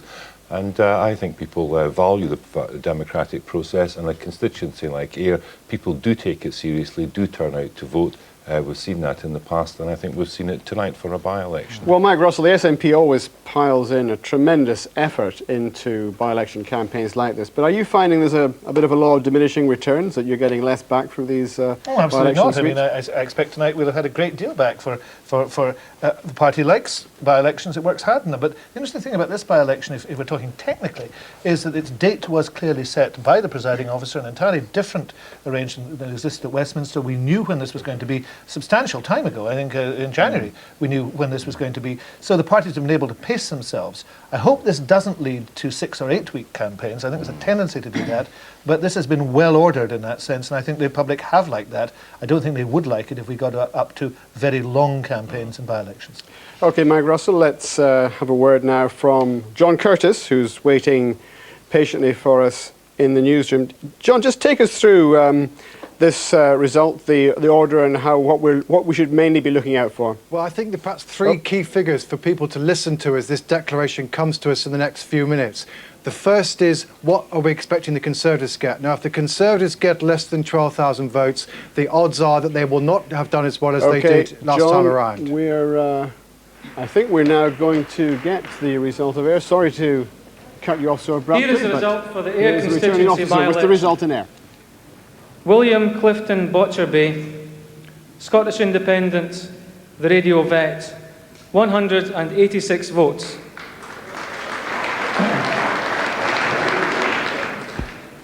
Gavin Nelson Corbett, the Scottish Green Party, 460 votes.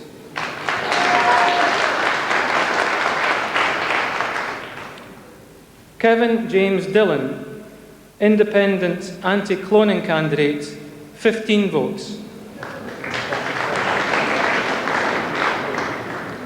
Robert Graham, Pro-Life Alliance, 111 votes. Jim Mather, Scottish National Party, SNP, 9,236 votes. Alistair David McConaughey, UK Independence Party, 113 votes. Rita Miller, Scottish Labour Party, 7,054 votes. Stuart David Ritchie, Scottish Liberal Democrats, 800 votes. John Scott, the Scottish Conservative and Unionist candidate, 12,000.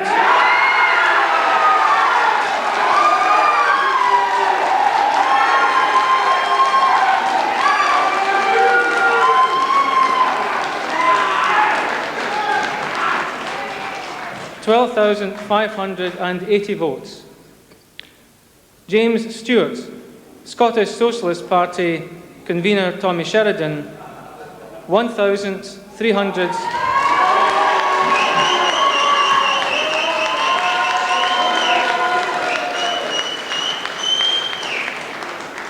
$1,345 votes.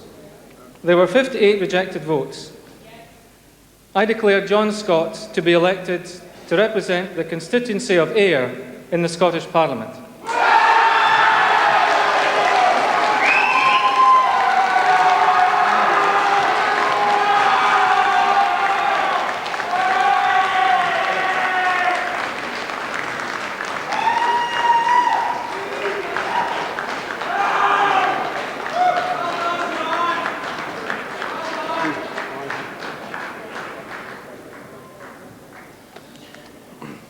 So there we have John Scott, the victor of the Ayr by-election, about to give his victory address. Ladies and gentlemen, it is indeed an honour to have been selected and elected as the MSP for the Ayr constituency. I am humbled to have been elected to follow in the footsteps of previous great Conservative representatives who have done so much for the people of Ayrshire. We have had a long election campaign which effectively started the day the previous MSP stood down. I'm sure that the electorate is quite relieved that that is all over now and that they won't continue to be barraged by leafleters and canvassing. I know too that they will be pleased to have returned the first constituency MSP for the Tory party and to have elected an MSP who will stand up for the issues that matter and fight to represent their concerns in Edinburgh.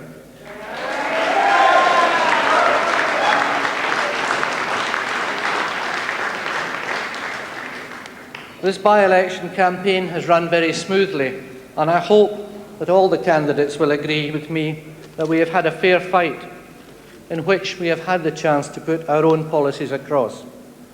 And none of us did this on our own. Elections involve hundreds of people, and by-elections involve even more. And I'd like to thank everyone who helped my campaign and indeed the running of the count. First of all, I'd like to thank Mr. George Thorley, the returning officer, and his staff for the efficient way they have organised the election and in particular their hard work tonight.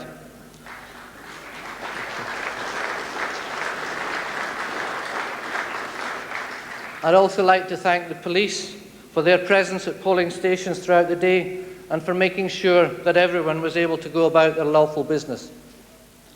I must thank the hundreds of voluntary workers who have been unstinting in their support, who have worked unbelievable hours and walked every street in the Ayr constituency. Their show of our supporters has been fantastic, and it gives me great encouragement that we can now go forward and repeat this victory in other parts of Scotland.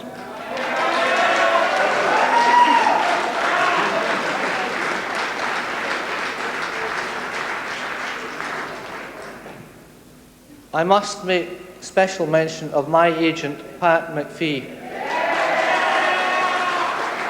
In my estimation, the best agent in Scotland, who has led the party workers, told them what to do, and generally been absolutely fantastic.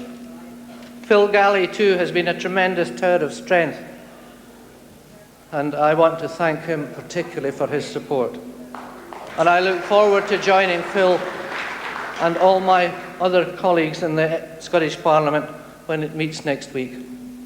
Finally, I must thank my wife Charity for all she has put up with me since I was selected as the Conservative candidate earlier this year.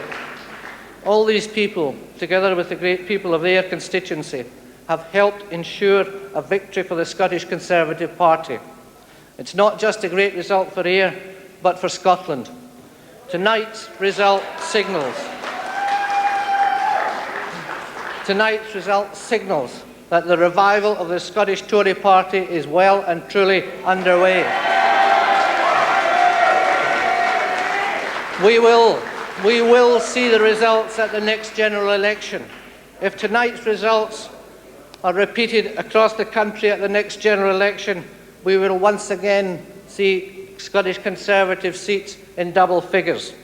This result is a stunning endorsement of David McLeich's leadership in Scotland, and indeed of William Hague's understanding and sensitivity to the particular needs and priorities of the party in Scotland. It shows that both men are making devolution work. In stark contrast to Tony Blair and Donald Dewar, who speak the language of devolution but don't understand the word. The electorate has sent a very strong message to Donald Dewar and Tony Blair, demanding that they start to listen to the priorities of the votary. I will start my work tomorrow, delivering my promise to put the Scottish Parliament on the right track. Thank you. So there we are, the victor in tonight's historic by-election, John Scott of the Scottish Conservatives. Here's that result once again. John Scott of the Scottish Conservatives, 12,580 votes. Jim Mather, SNP, 9,236 votes. Rita Miller, the Labour candidate, 7,054 votes. James Stewart of the Scottish Socialists, 1,345 votes. Stuart Ritchie of the Liberal Democrats, 800 votes. And the other 5 candidates had a total of 885. So it was a majority of 3,344. Now, let's have a look at the share of the vote. There it is. The Conservatives, 39% of the vote. The SNP's share, 29%. Labour, 22%. Scottish Socialist Party, 4%. Liberal Democrats, 3%. And the others, including the Greens, 3%. And now, all important, the change over last time. There we go, the percentage change between tonight's result and the Scottish Parliament last May. The Conservatives down 16%. Yes, the SNP, a large increase, up by 9%. Labour, a big drop, down 16%. The Lib Dems also down by -2%. And the SSP, who didn't stand last time, up 4%. Some question there perhaps about some of those figures, but David McCletchie, there's no doubt about the result. Absolutely, no doubt about result. An emphatic majority and thoroughly merited for John Scott and the Scottish Conservatives, and an improvement on our poll in the Scottish Parliament election, and a substantial improvement on our percentage share of the poll in the 1997 general election by some 5 or 6 points. Let me hastily correct our figures there. Indeed. You are in fact up 1%, not down 16%. Absolutely. We would not have won if it had been down 16%. But no, it's an absolutely tremendous result for the party. And quite apart from the number crunching aspect of it, it will give the party throughout Scotland a tremendous psychological boost. We will believe that we can win seats in the general election. I'm confident that we will win seats in the general election, not least of all in the Ayr constituency in the general election. And I think it shows that we are back on the map in Scottish politics in a big way, and there's all to play for. Well, Mike Russell, there was all to play for here in Ayr, as I think you would concede, but you didn't get a result. Oh no, we got a very good result, 9% up. I mean, that is remarkable. This is a seat we were 100 to 1 against at Christmas time.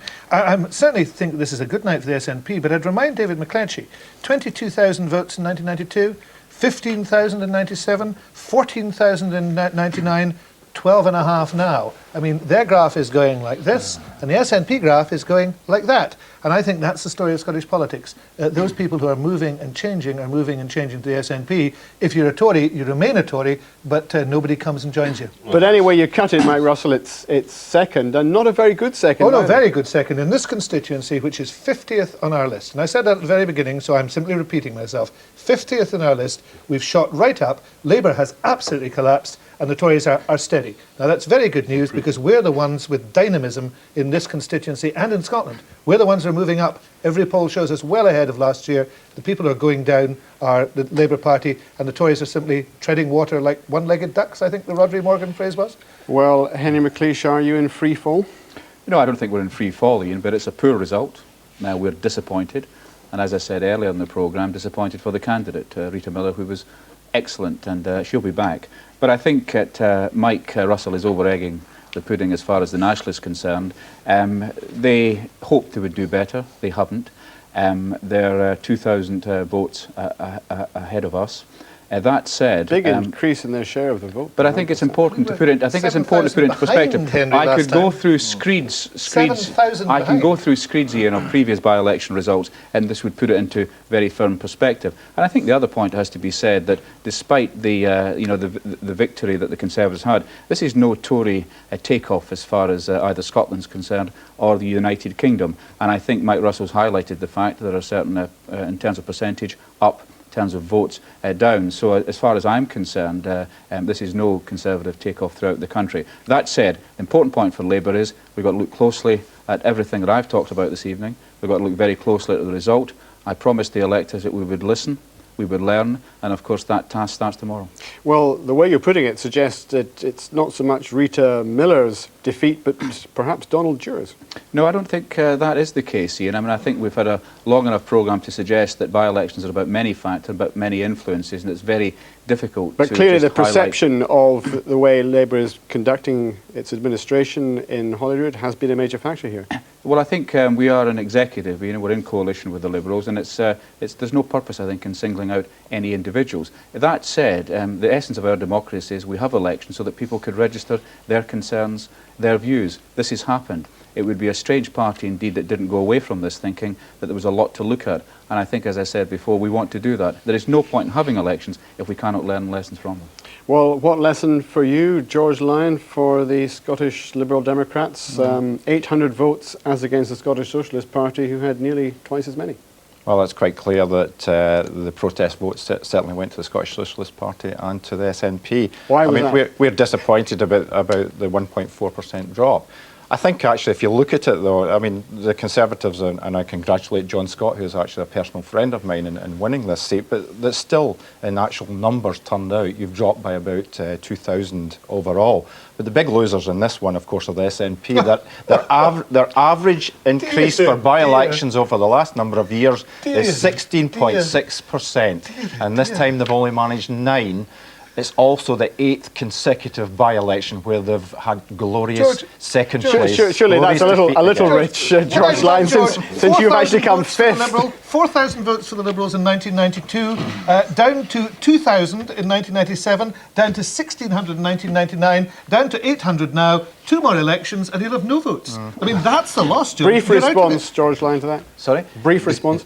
Well, I think just what I said before. I mean, the SNP have actually the big losers on this one. They were the ones that predicted they were on a big roller coaster and we're going to win. And we've got 10% let's see, on. You've collapsed. Okay, gentlemen, let's see what John Curtis makes of it all. John? Well, I think, Ian, we have to say that a bomb has exploded underneath the table of the Scottish Executive tonight. One has to realise here that the fall in Labour's vote of 16 points is almost as bad as it was in Hamilton South. In other words, we have now seen in Ayr the kind of collapse that was previously confined to safe Labour seats. And it now looks as though Labour, at least in this seat, are doing as badly as they've done in the so-called core or heartland areas previously. Equally, the Liberal Democrats, their share of the vote is again even lower than in Hamilton South. So it has to be said that for both of the members of the Executive, this is a bad result, and a result, as Henry McLeish said, they both need to go away and think about. Does this look like a Conservative Party revival? Well, I think we have to say the Conservatives have done rather better than perhaps we expected by actually doing slightly better than they did in 1999, bearing in mind that Phil Galley's personal vote was clearly there in 1999. I think the Conservatives will congratulate themselves on what is actually quite a reasonable success. But at the same time, it's also clear that the SNP, as you can see from the graph, are the biggest gainers. And perhaps to put it in perspective, yes, it's true the SNP vote is only up on 9 points, but it's up on 9 points on what is a much higher baseline than any recent SNP Westminster performance. And if we sort of were to do the Peter Snow kind of trick and say, well, what would this mean if it happened across the whole of Scotland? It would mean that the SNP would have 38% of the vote and Labour would have only 23%. So that gives us some indication of the extent to which the SNP's performance is strong in this by-election, and Labour really do have some trouble. But as we know, those forecasts are very rarely borne out by events. Do you think the SNP, though, should be happy and content with this result? Because they expected more. Well, I think this is about as good as the SNP might have expected. If they'd managed to get above 30%, then it would have been a really good result for the SNP. It would have been well beyond what the opinion polls were suggesting. It would have suggested they'd managed to eject even further into Labour votes in the dying days. It looks, in fact, what they've done is about as well as we all expected. OK, John Curtis, thanks very much. Let's go now to Brian Taylor at the count, who's with the winner, the Conservative candidate, John Scott. Thanks very much. John, congratulations upon your victory tonight. What do you think brought it for the Tories?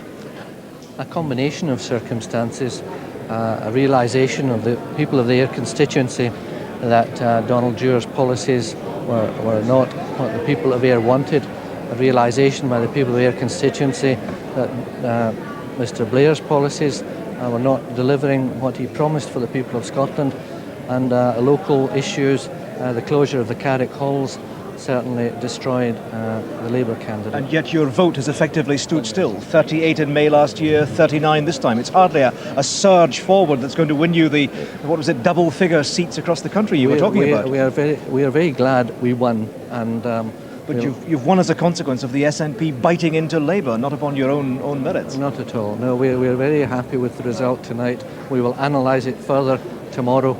I've just heard the result, as you're well aware. We'll look at it more closely, but this is a great victory for the Conservatives in Scotland, and we are enormously happy with it. This is the first seat for the Conservatives to win outright, and it is an enormous victory, not just for the party, but for the party in the whole of the United Kingdom as well. How much did Section 28 play a part in your victory? Has Brian Souter's money helped the Conservative cause here? Not at all, not at all. I think it was an issue in the campaign, but it certainly wasn't us who made it an issue. The fact is that the Conservative Party in Scotland and my colleagues in the Scottish Parliament had decided their position on Section 28 long before Brian Souter had any effect on this campaign whatsoever. Finally, Mr. Scott, I know you're keen to talk about your own victory and understand that, and congratulations again, but do you think this is a verdict upon Donald Dewar, Tony Blair, or both? Both. John Scott, thanks very much, and back to the studio. Thank you. John Scott, the laconic John Scott, indeed. So what will tonight mean for life in the Scottish Parliament in future? Here's the state of the parties after tonight's result. Labour 55 now, the SNP 35 seats, the Tories up to 19, the Lib Dems 17 and the others 3. And the state of play between the coalition partners and the opposition. The Labour-Lib Dem coalition 71 and the combined opposition 57. So David Steele is of course the presiding officer. Does this mean the arithmetic is difficult on any issues upcoming, the new Parliament building, for example? Well, let's ask our panel. Do you think this is going to alter the balance of power, David McCletchie, in the Scottish Parliament? No, it's not fundamentally going to alter the balance of power. Could be a few closer votes in future. Well, I would. There may be. There will be obviously be closer. There'll be 2 closer than they were before we started because of the change between the executive and the opposition. But it's not going to fundamentally change the balance of power in terms of the decisions taken by the Parliament. But I hope it will have an influence in terms of the policies that are being pursued by the executive. And you mentioned about the Parliament building there. I mean, I think that this kind of judgment is a judgment by many people that things have got out of hand, that the Scottish Parliament building, the cost of that symbolises that. And I think we will see a very firm grasp taken hold of that project now as I'm sure we'll talk on advocating. that. We'll talk on that more later. But Mike Russell, do you think this could mean some closer votes? Well, I think there are a number of things that are going to flow from this. One is that the pressure on Donald Dewar is going to increase very substantially. I think there are real questions now about Labour's leadership and how it operates, and that's going to cause dissatisfaction. In terms of voting, I think there's another interesting consequence. It's quite obvious in the Chamber, happened this afternoon when the issue of taxation came up. A very substantial number of Liberal Democrats are really unhappy. Tonight they will be petrified because they're seeing their seats slipping away. So I suspect the real effect of this is that trying to keep the Liberal Democrats happy will become much more difficult for Henry and his friends. I mean, George is a loyalist. George will stay loyal, but there are a lot of them. A lot of them are saying to themselves, why did we get ourselves into this and how do we get ourselves out of it? And that's going to be fascinating. Are you petrified, George Lyon? Not in the least. Well, he's a loyalist. We do have to take lessons, though, from the result here tonight. We do have to get our message across that we are delivering on health, education, on student fees for the people of Scotland. And there is an important job to be done over the next 3 years.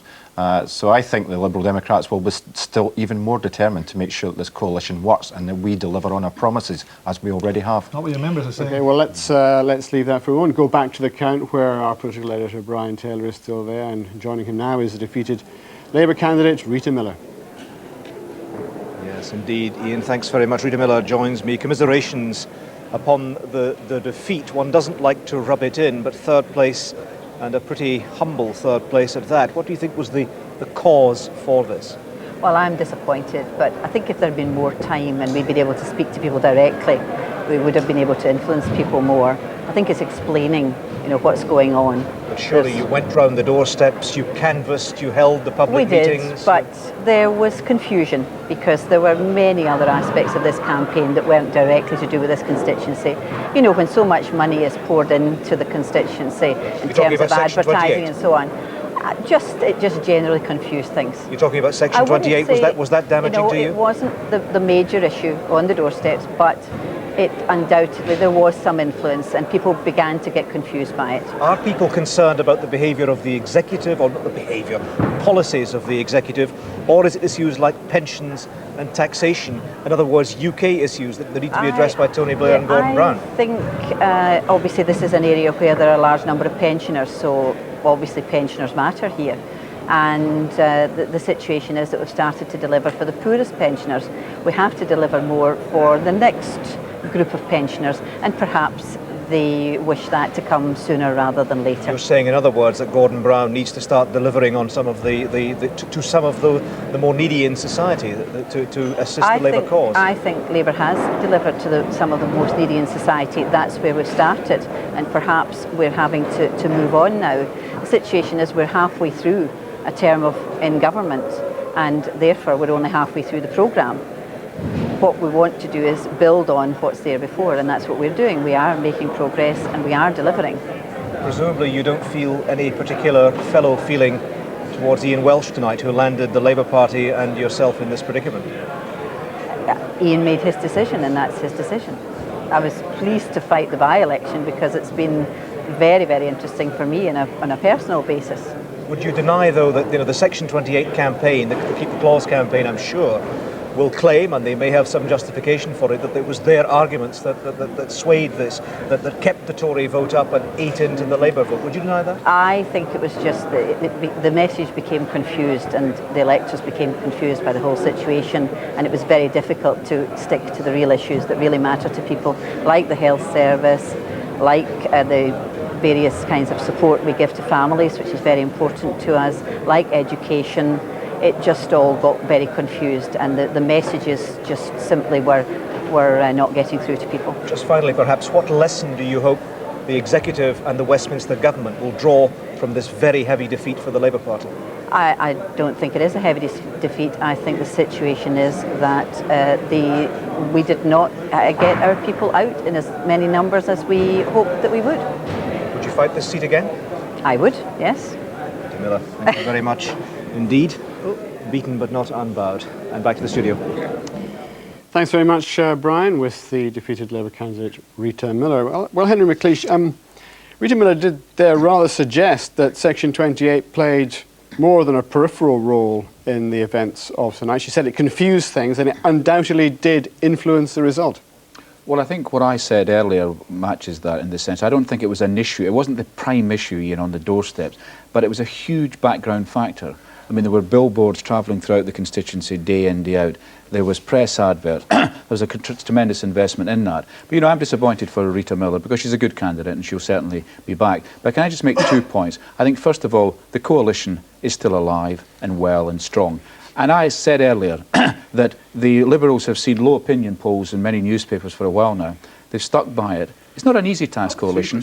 It's not an easy task, coalition, but nevertheless, that's serving Scotland and it's going to deliver for Scotland. I think the final point I would make, though, is, it is dangerous to extrapolate too much from by-elections. We've been here before. I believe we've got to certainly reflect on what's happening more seriously, but at the end of the day, by-election results often are not reflected then in general election results. We've a lot of work to do, and as I said, we can start soon. Well, with that warning about extrapolation in mind, let's nevertheless turn to John Curtis, who's still waiting with us in the newsroom. Yes, there he is. What do you think this tells us about the future of coalition politics in the Scottish Parliament, John? Well, I think one interesting potential consequence as a result is what it might do for the likely tensions within the Executive over the next big issue that it faces and on which Labour and the Democrats might disagree. And that, of course, is the forthcoming report of the Curley Committee on Local Government. And in particular, the key issue that it's addressing is to whether or not local government elections in Scotland should switch from first past the post to proportional representation. Well, you're saying that because you feel that might be a coalition breaker, or because tonight's election result might alter the balance of power in the chamber? Well, I think it might actually perhaps begin to alter the balance of opinion inside the Labour Party. At the moment, there are many local Labour councillors who are saying, we don't want to switch because it's going to cost us seats. But if air is an indication that perhaps Labour cannot necessarily assume that it's going to remain popular in Scotland forever, then some councillors may begin to say to themselves, well, actually, switching to proportional representation may not be such a bad thing at all, because it will help to insulate us in times when we're not doing so well. So I think in general, both at Westminster and in Scotland, the thing that is, for those who are in favour of proportional representation, has been the biggest barrier is Labour's perception that it can keep on winning under the existing system. If that perception begins to be undermined, then the inclination inside the Labour Party to think again about PR will, I think, become greater. John, thanks very much for the moment. Well, Henry McLeish, the perception's certainly been that Labour in Scotland is cooling, certainly at council level, is cooling on the idea of proportional representation, extending it into the council elections. Do you go along with John Curtis's analysis? Well, I think certainly it's a very important issue, certainly for my local government colleagues. But I can cast my mind back about 6 months, Ian, and they were talking about the question of tuition fees. And this was going to be the issue that broke the coalition. This was the issue that the coalition couldn't deliver on. But I think we worked closely with the Liberals. We made sure that we addressed the real issues, and we came up with a 50 million package widely accepted.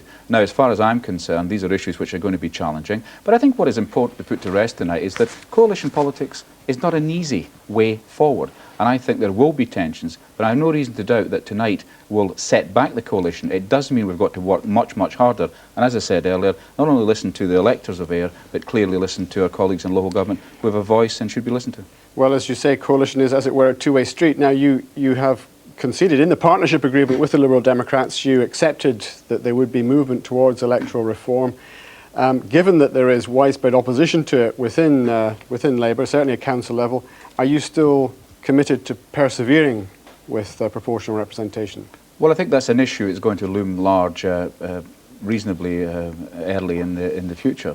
But I think, Ian, what we've got to do tonight is that, I mean, it would be easy to say, well, this is disappointing, our heads are down. My head's never down in politics. We've got a working coalition. But clearly what we've got to do is, one message is about listening to the electors, but I also think we've got to be listening to our local government colleagues. There is a widespread debate in local government. That's vital. And I think what we should be doing in coalition should reflect real concerns, but then find a way forward.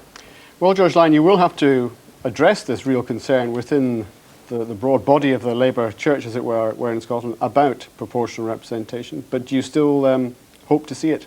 Well, I'll leave Henry to address the broad concerns within the Labour Church and PR.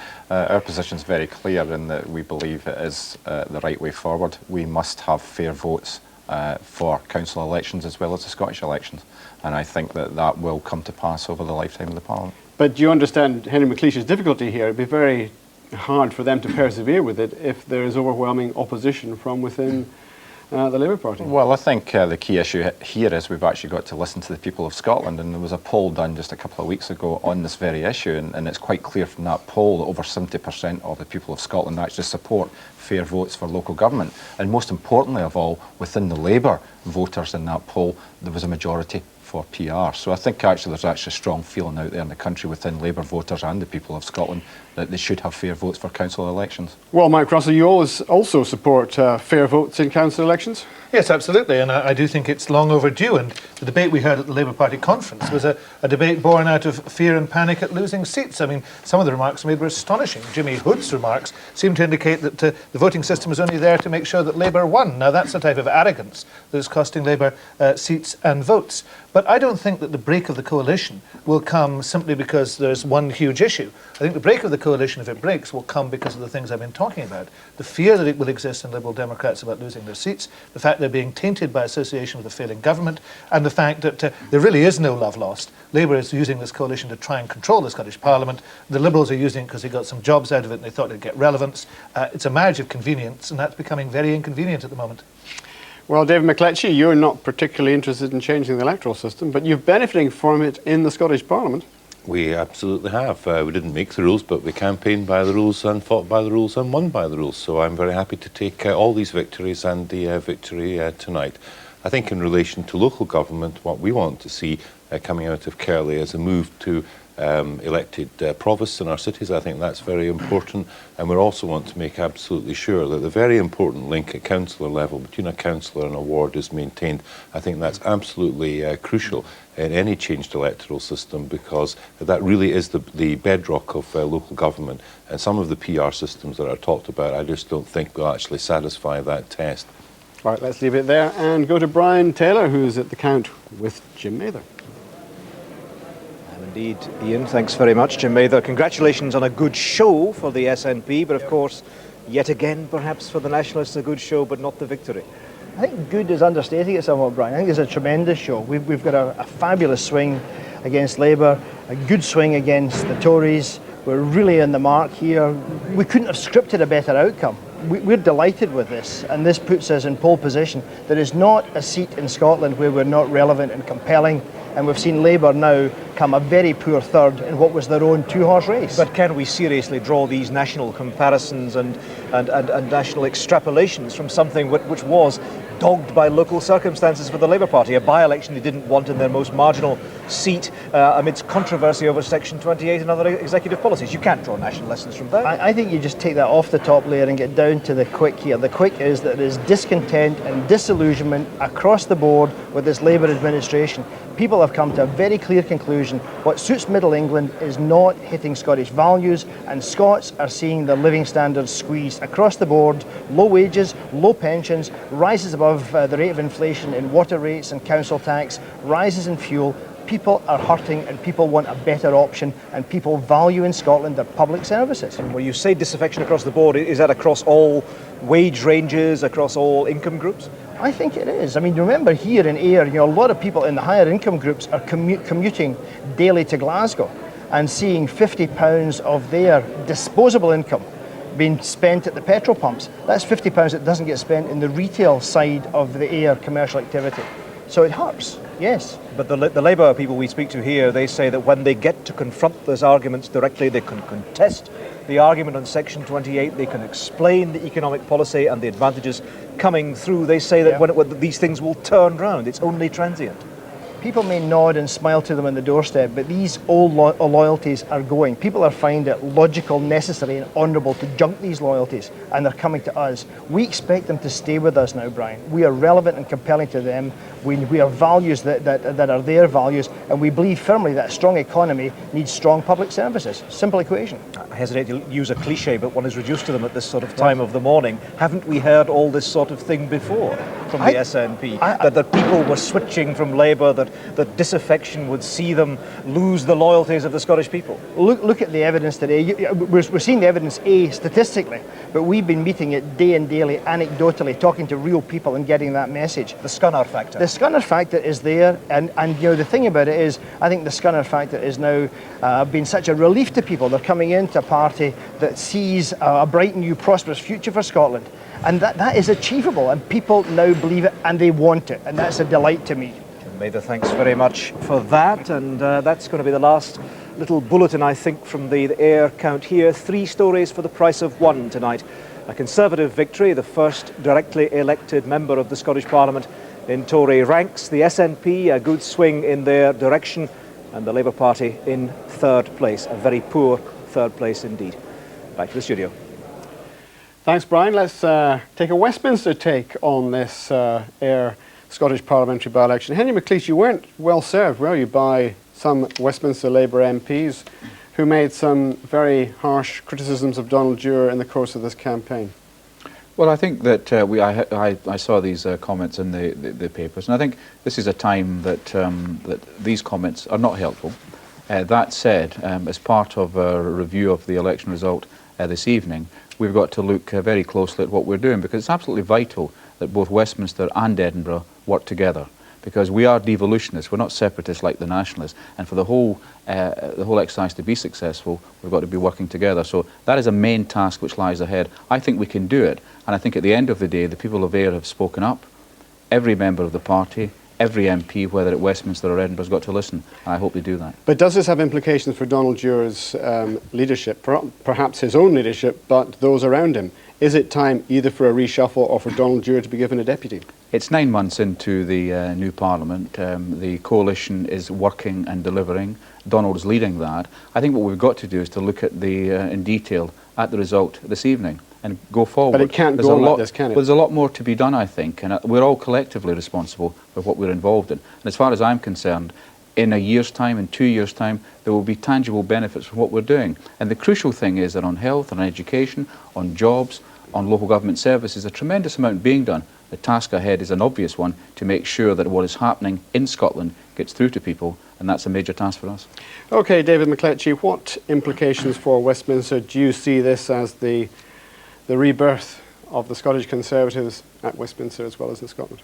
Absolutely. I mean, this put in some historical perspective. This is the first by-election won by the Conservatives in Scotland since 1973, the first gain in a by-election since 1967, and in a UK context, it's our first by-election win in an opposition-held seat since 1982. So this is going to give the party a tremendous boost in Scotland and the United Kingdom as a whole. It certainly underlines that in the four-party political system we have in Scotland, that the Conservatives can and will win seats first past the post in the next general election, and we will be making a significant contribution to making William Hague the next Prime Minister of this country. Well, this is the reality tonight, isn't it, Mike Russell? You have a rival now.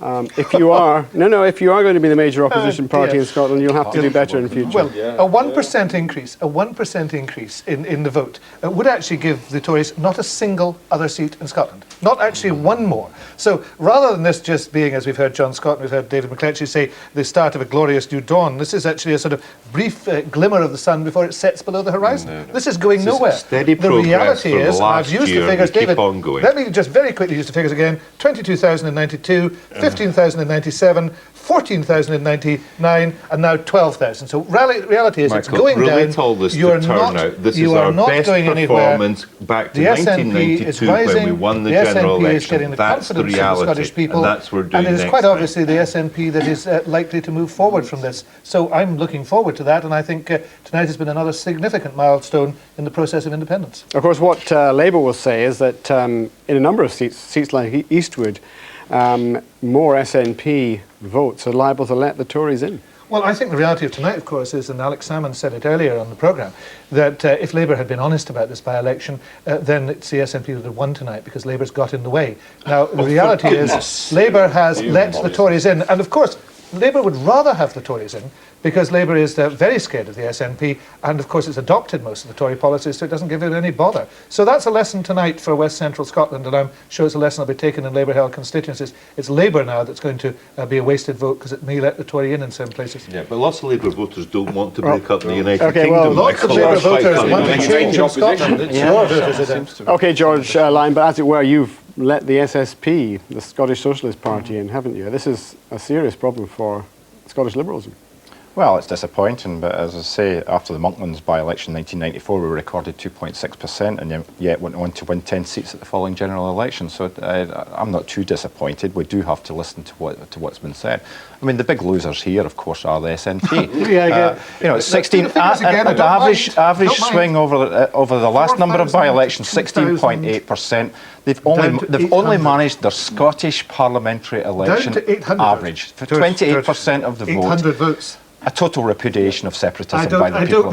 It's a total repudiation of liberalism. We're beginning to forget what it is. I mean, you've been predicting this big swell of support. It just didn't turn up. And the key issue at both the Scottish election and the future general election of Westminster is the SNP are selling a product that nobody wants to buy. They will continue to be that's the problem, exposed on Henry. that. You don't recognise what's happening, and you're bound to fail then. Independence well, is a bound to fail. Let's have a word with John Curtis, see what his final thoughts are. John, first of all, on the basis of this, what would the Scottish Conservatives be worth at the general election, which could be, 15 months away? Well, although it's only the case the Conservatives only went up about 5 points on the last Westminster election, remember that Labour is down quite a lot, so undoubtedly the Conservatives would be hoping on this basis to be picking up quite a few results. But I think the real implication of this result for Westminster is going to be whether or not it's simply a blip or it's now part of a trend. Remember, Labour came third in the Ceredigion Westminster by-election last month. They've now come third in Ayr. If they now go on to lose the London mayoral election to Ken Livingstone and perhaps also come behind the Conservatives in the English local elections, then I think all of a sudden the political mood at Westminster is going to change. All of a sudden, rather than seeming a party that's clearly destined for victory in the general election, questions are going to begin to be asked about Tony Blair's ability to deliver for the Labour Party, let alone for the rest of the country. Well, what do you think Tony Blair's response is likely to be? Well, I think quite clearly we're already seeing inside the Labour Party, and we saw at the conference last weekend, the party beginning to change tack, beginning particularly to be worrying about the concerns of its so-called core voters amongst the working class. But the potential message of AIR is that Labour's problems may now be extending beyond that core constituency into some of the more marginal parts of Britain. And if that's the case, then Labour quite clearly are going to have to think both at Holyrood and at London about how ensuring that they present their message. And of course, the interesting thing is we do now at UK level have a government which is 3 years old, which has already completed most of its manifesto programme. And I think some of us are asking whether or not, as a result, this is a government that's beginning to get tired, beginning to run out of ideas, and beginning, as a result, to make mistakes. Now, the jury is still out on that, but I think that is the question that Labour now faces at Westminster. John Curtis, thanks very much. Now, before we go, I'll look at tomorrow's morning papers, or at least the Daily Record. There we have it. Picture of Donald Dewar and a real bad air day. A real bad pun. That's all from this historic Ayr by-election programme, the first in this new Scottish Parliament this century, this millennium, and a victory for the Scottish Conservatives. There's the result again. John Scott, the Scottish Conservative candidate, 12,580. The SNP's Jim Mather on 9,236. Rita Miller, the Scottish Labour candidate, on 7,054. James Stewart for the Scottish Socialists, 1,345, coming fourth and knocking Stuart Ritchie of the Liberal Democrats into fifth place with 800 votes. The winner, the farmer, John Scott. So devolution dishes Labour and brings back the Tories. The SNP come a strong second and Labour trail badly in third. From all of us here and our team at the Count in Ayr, good night.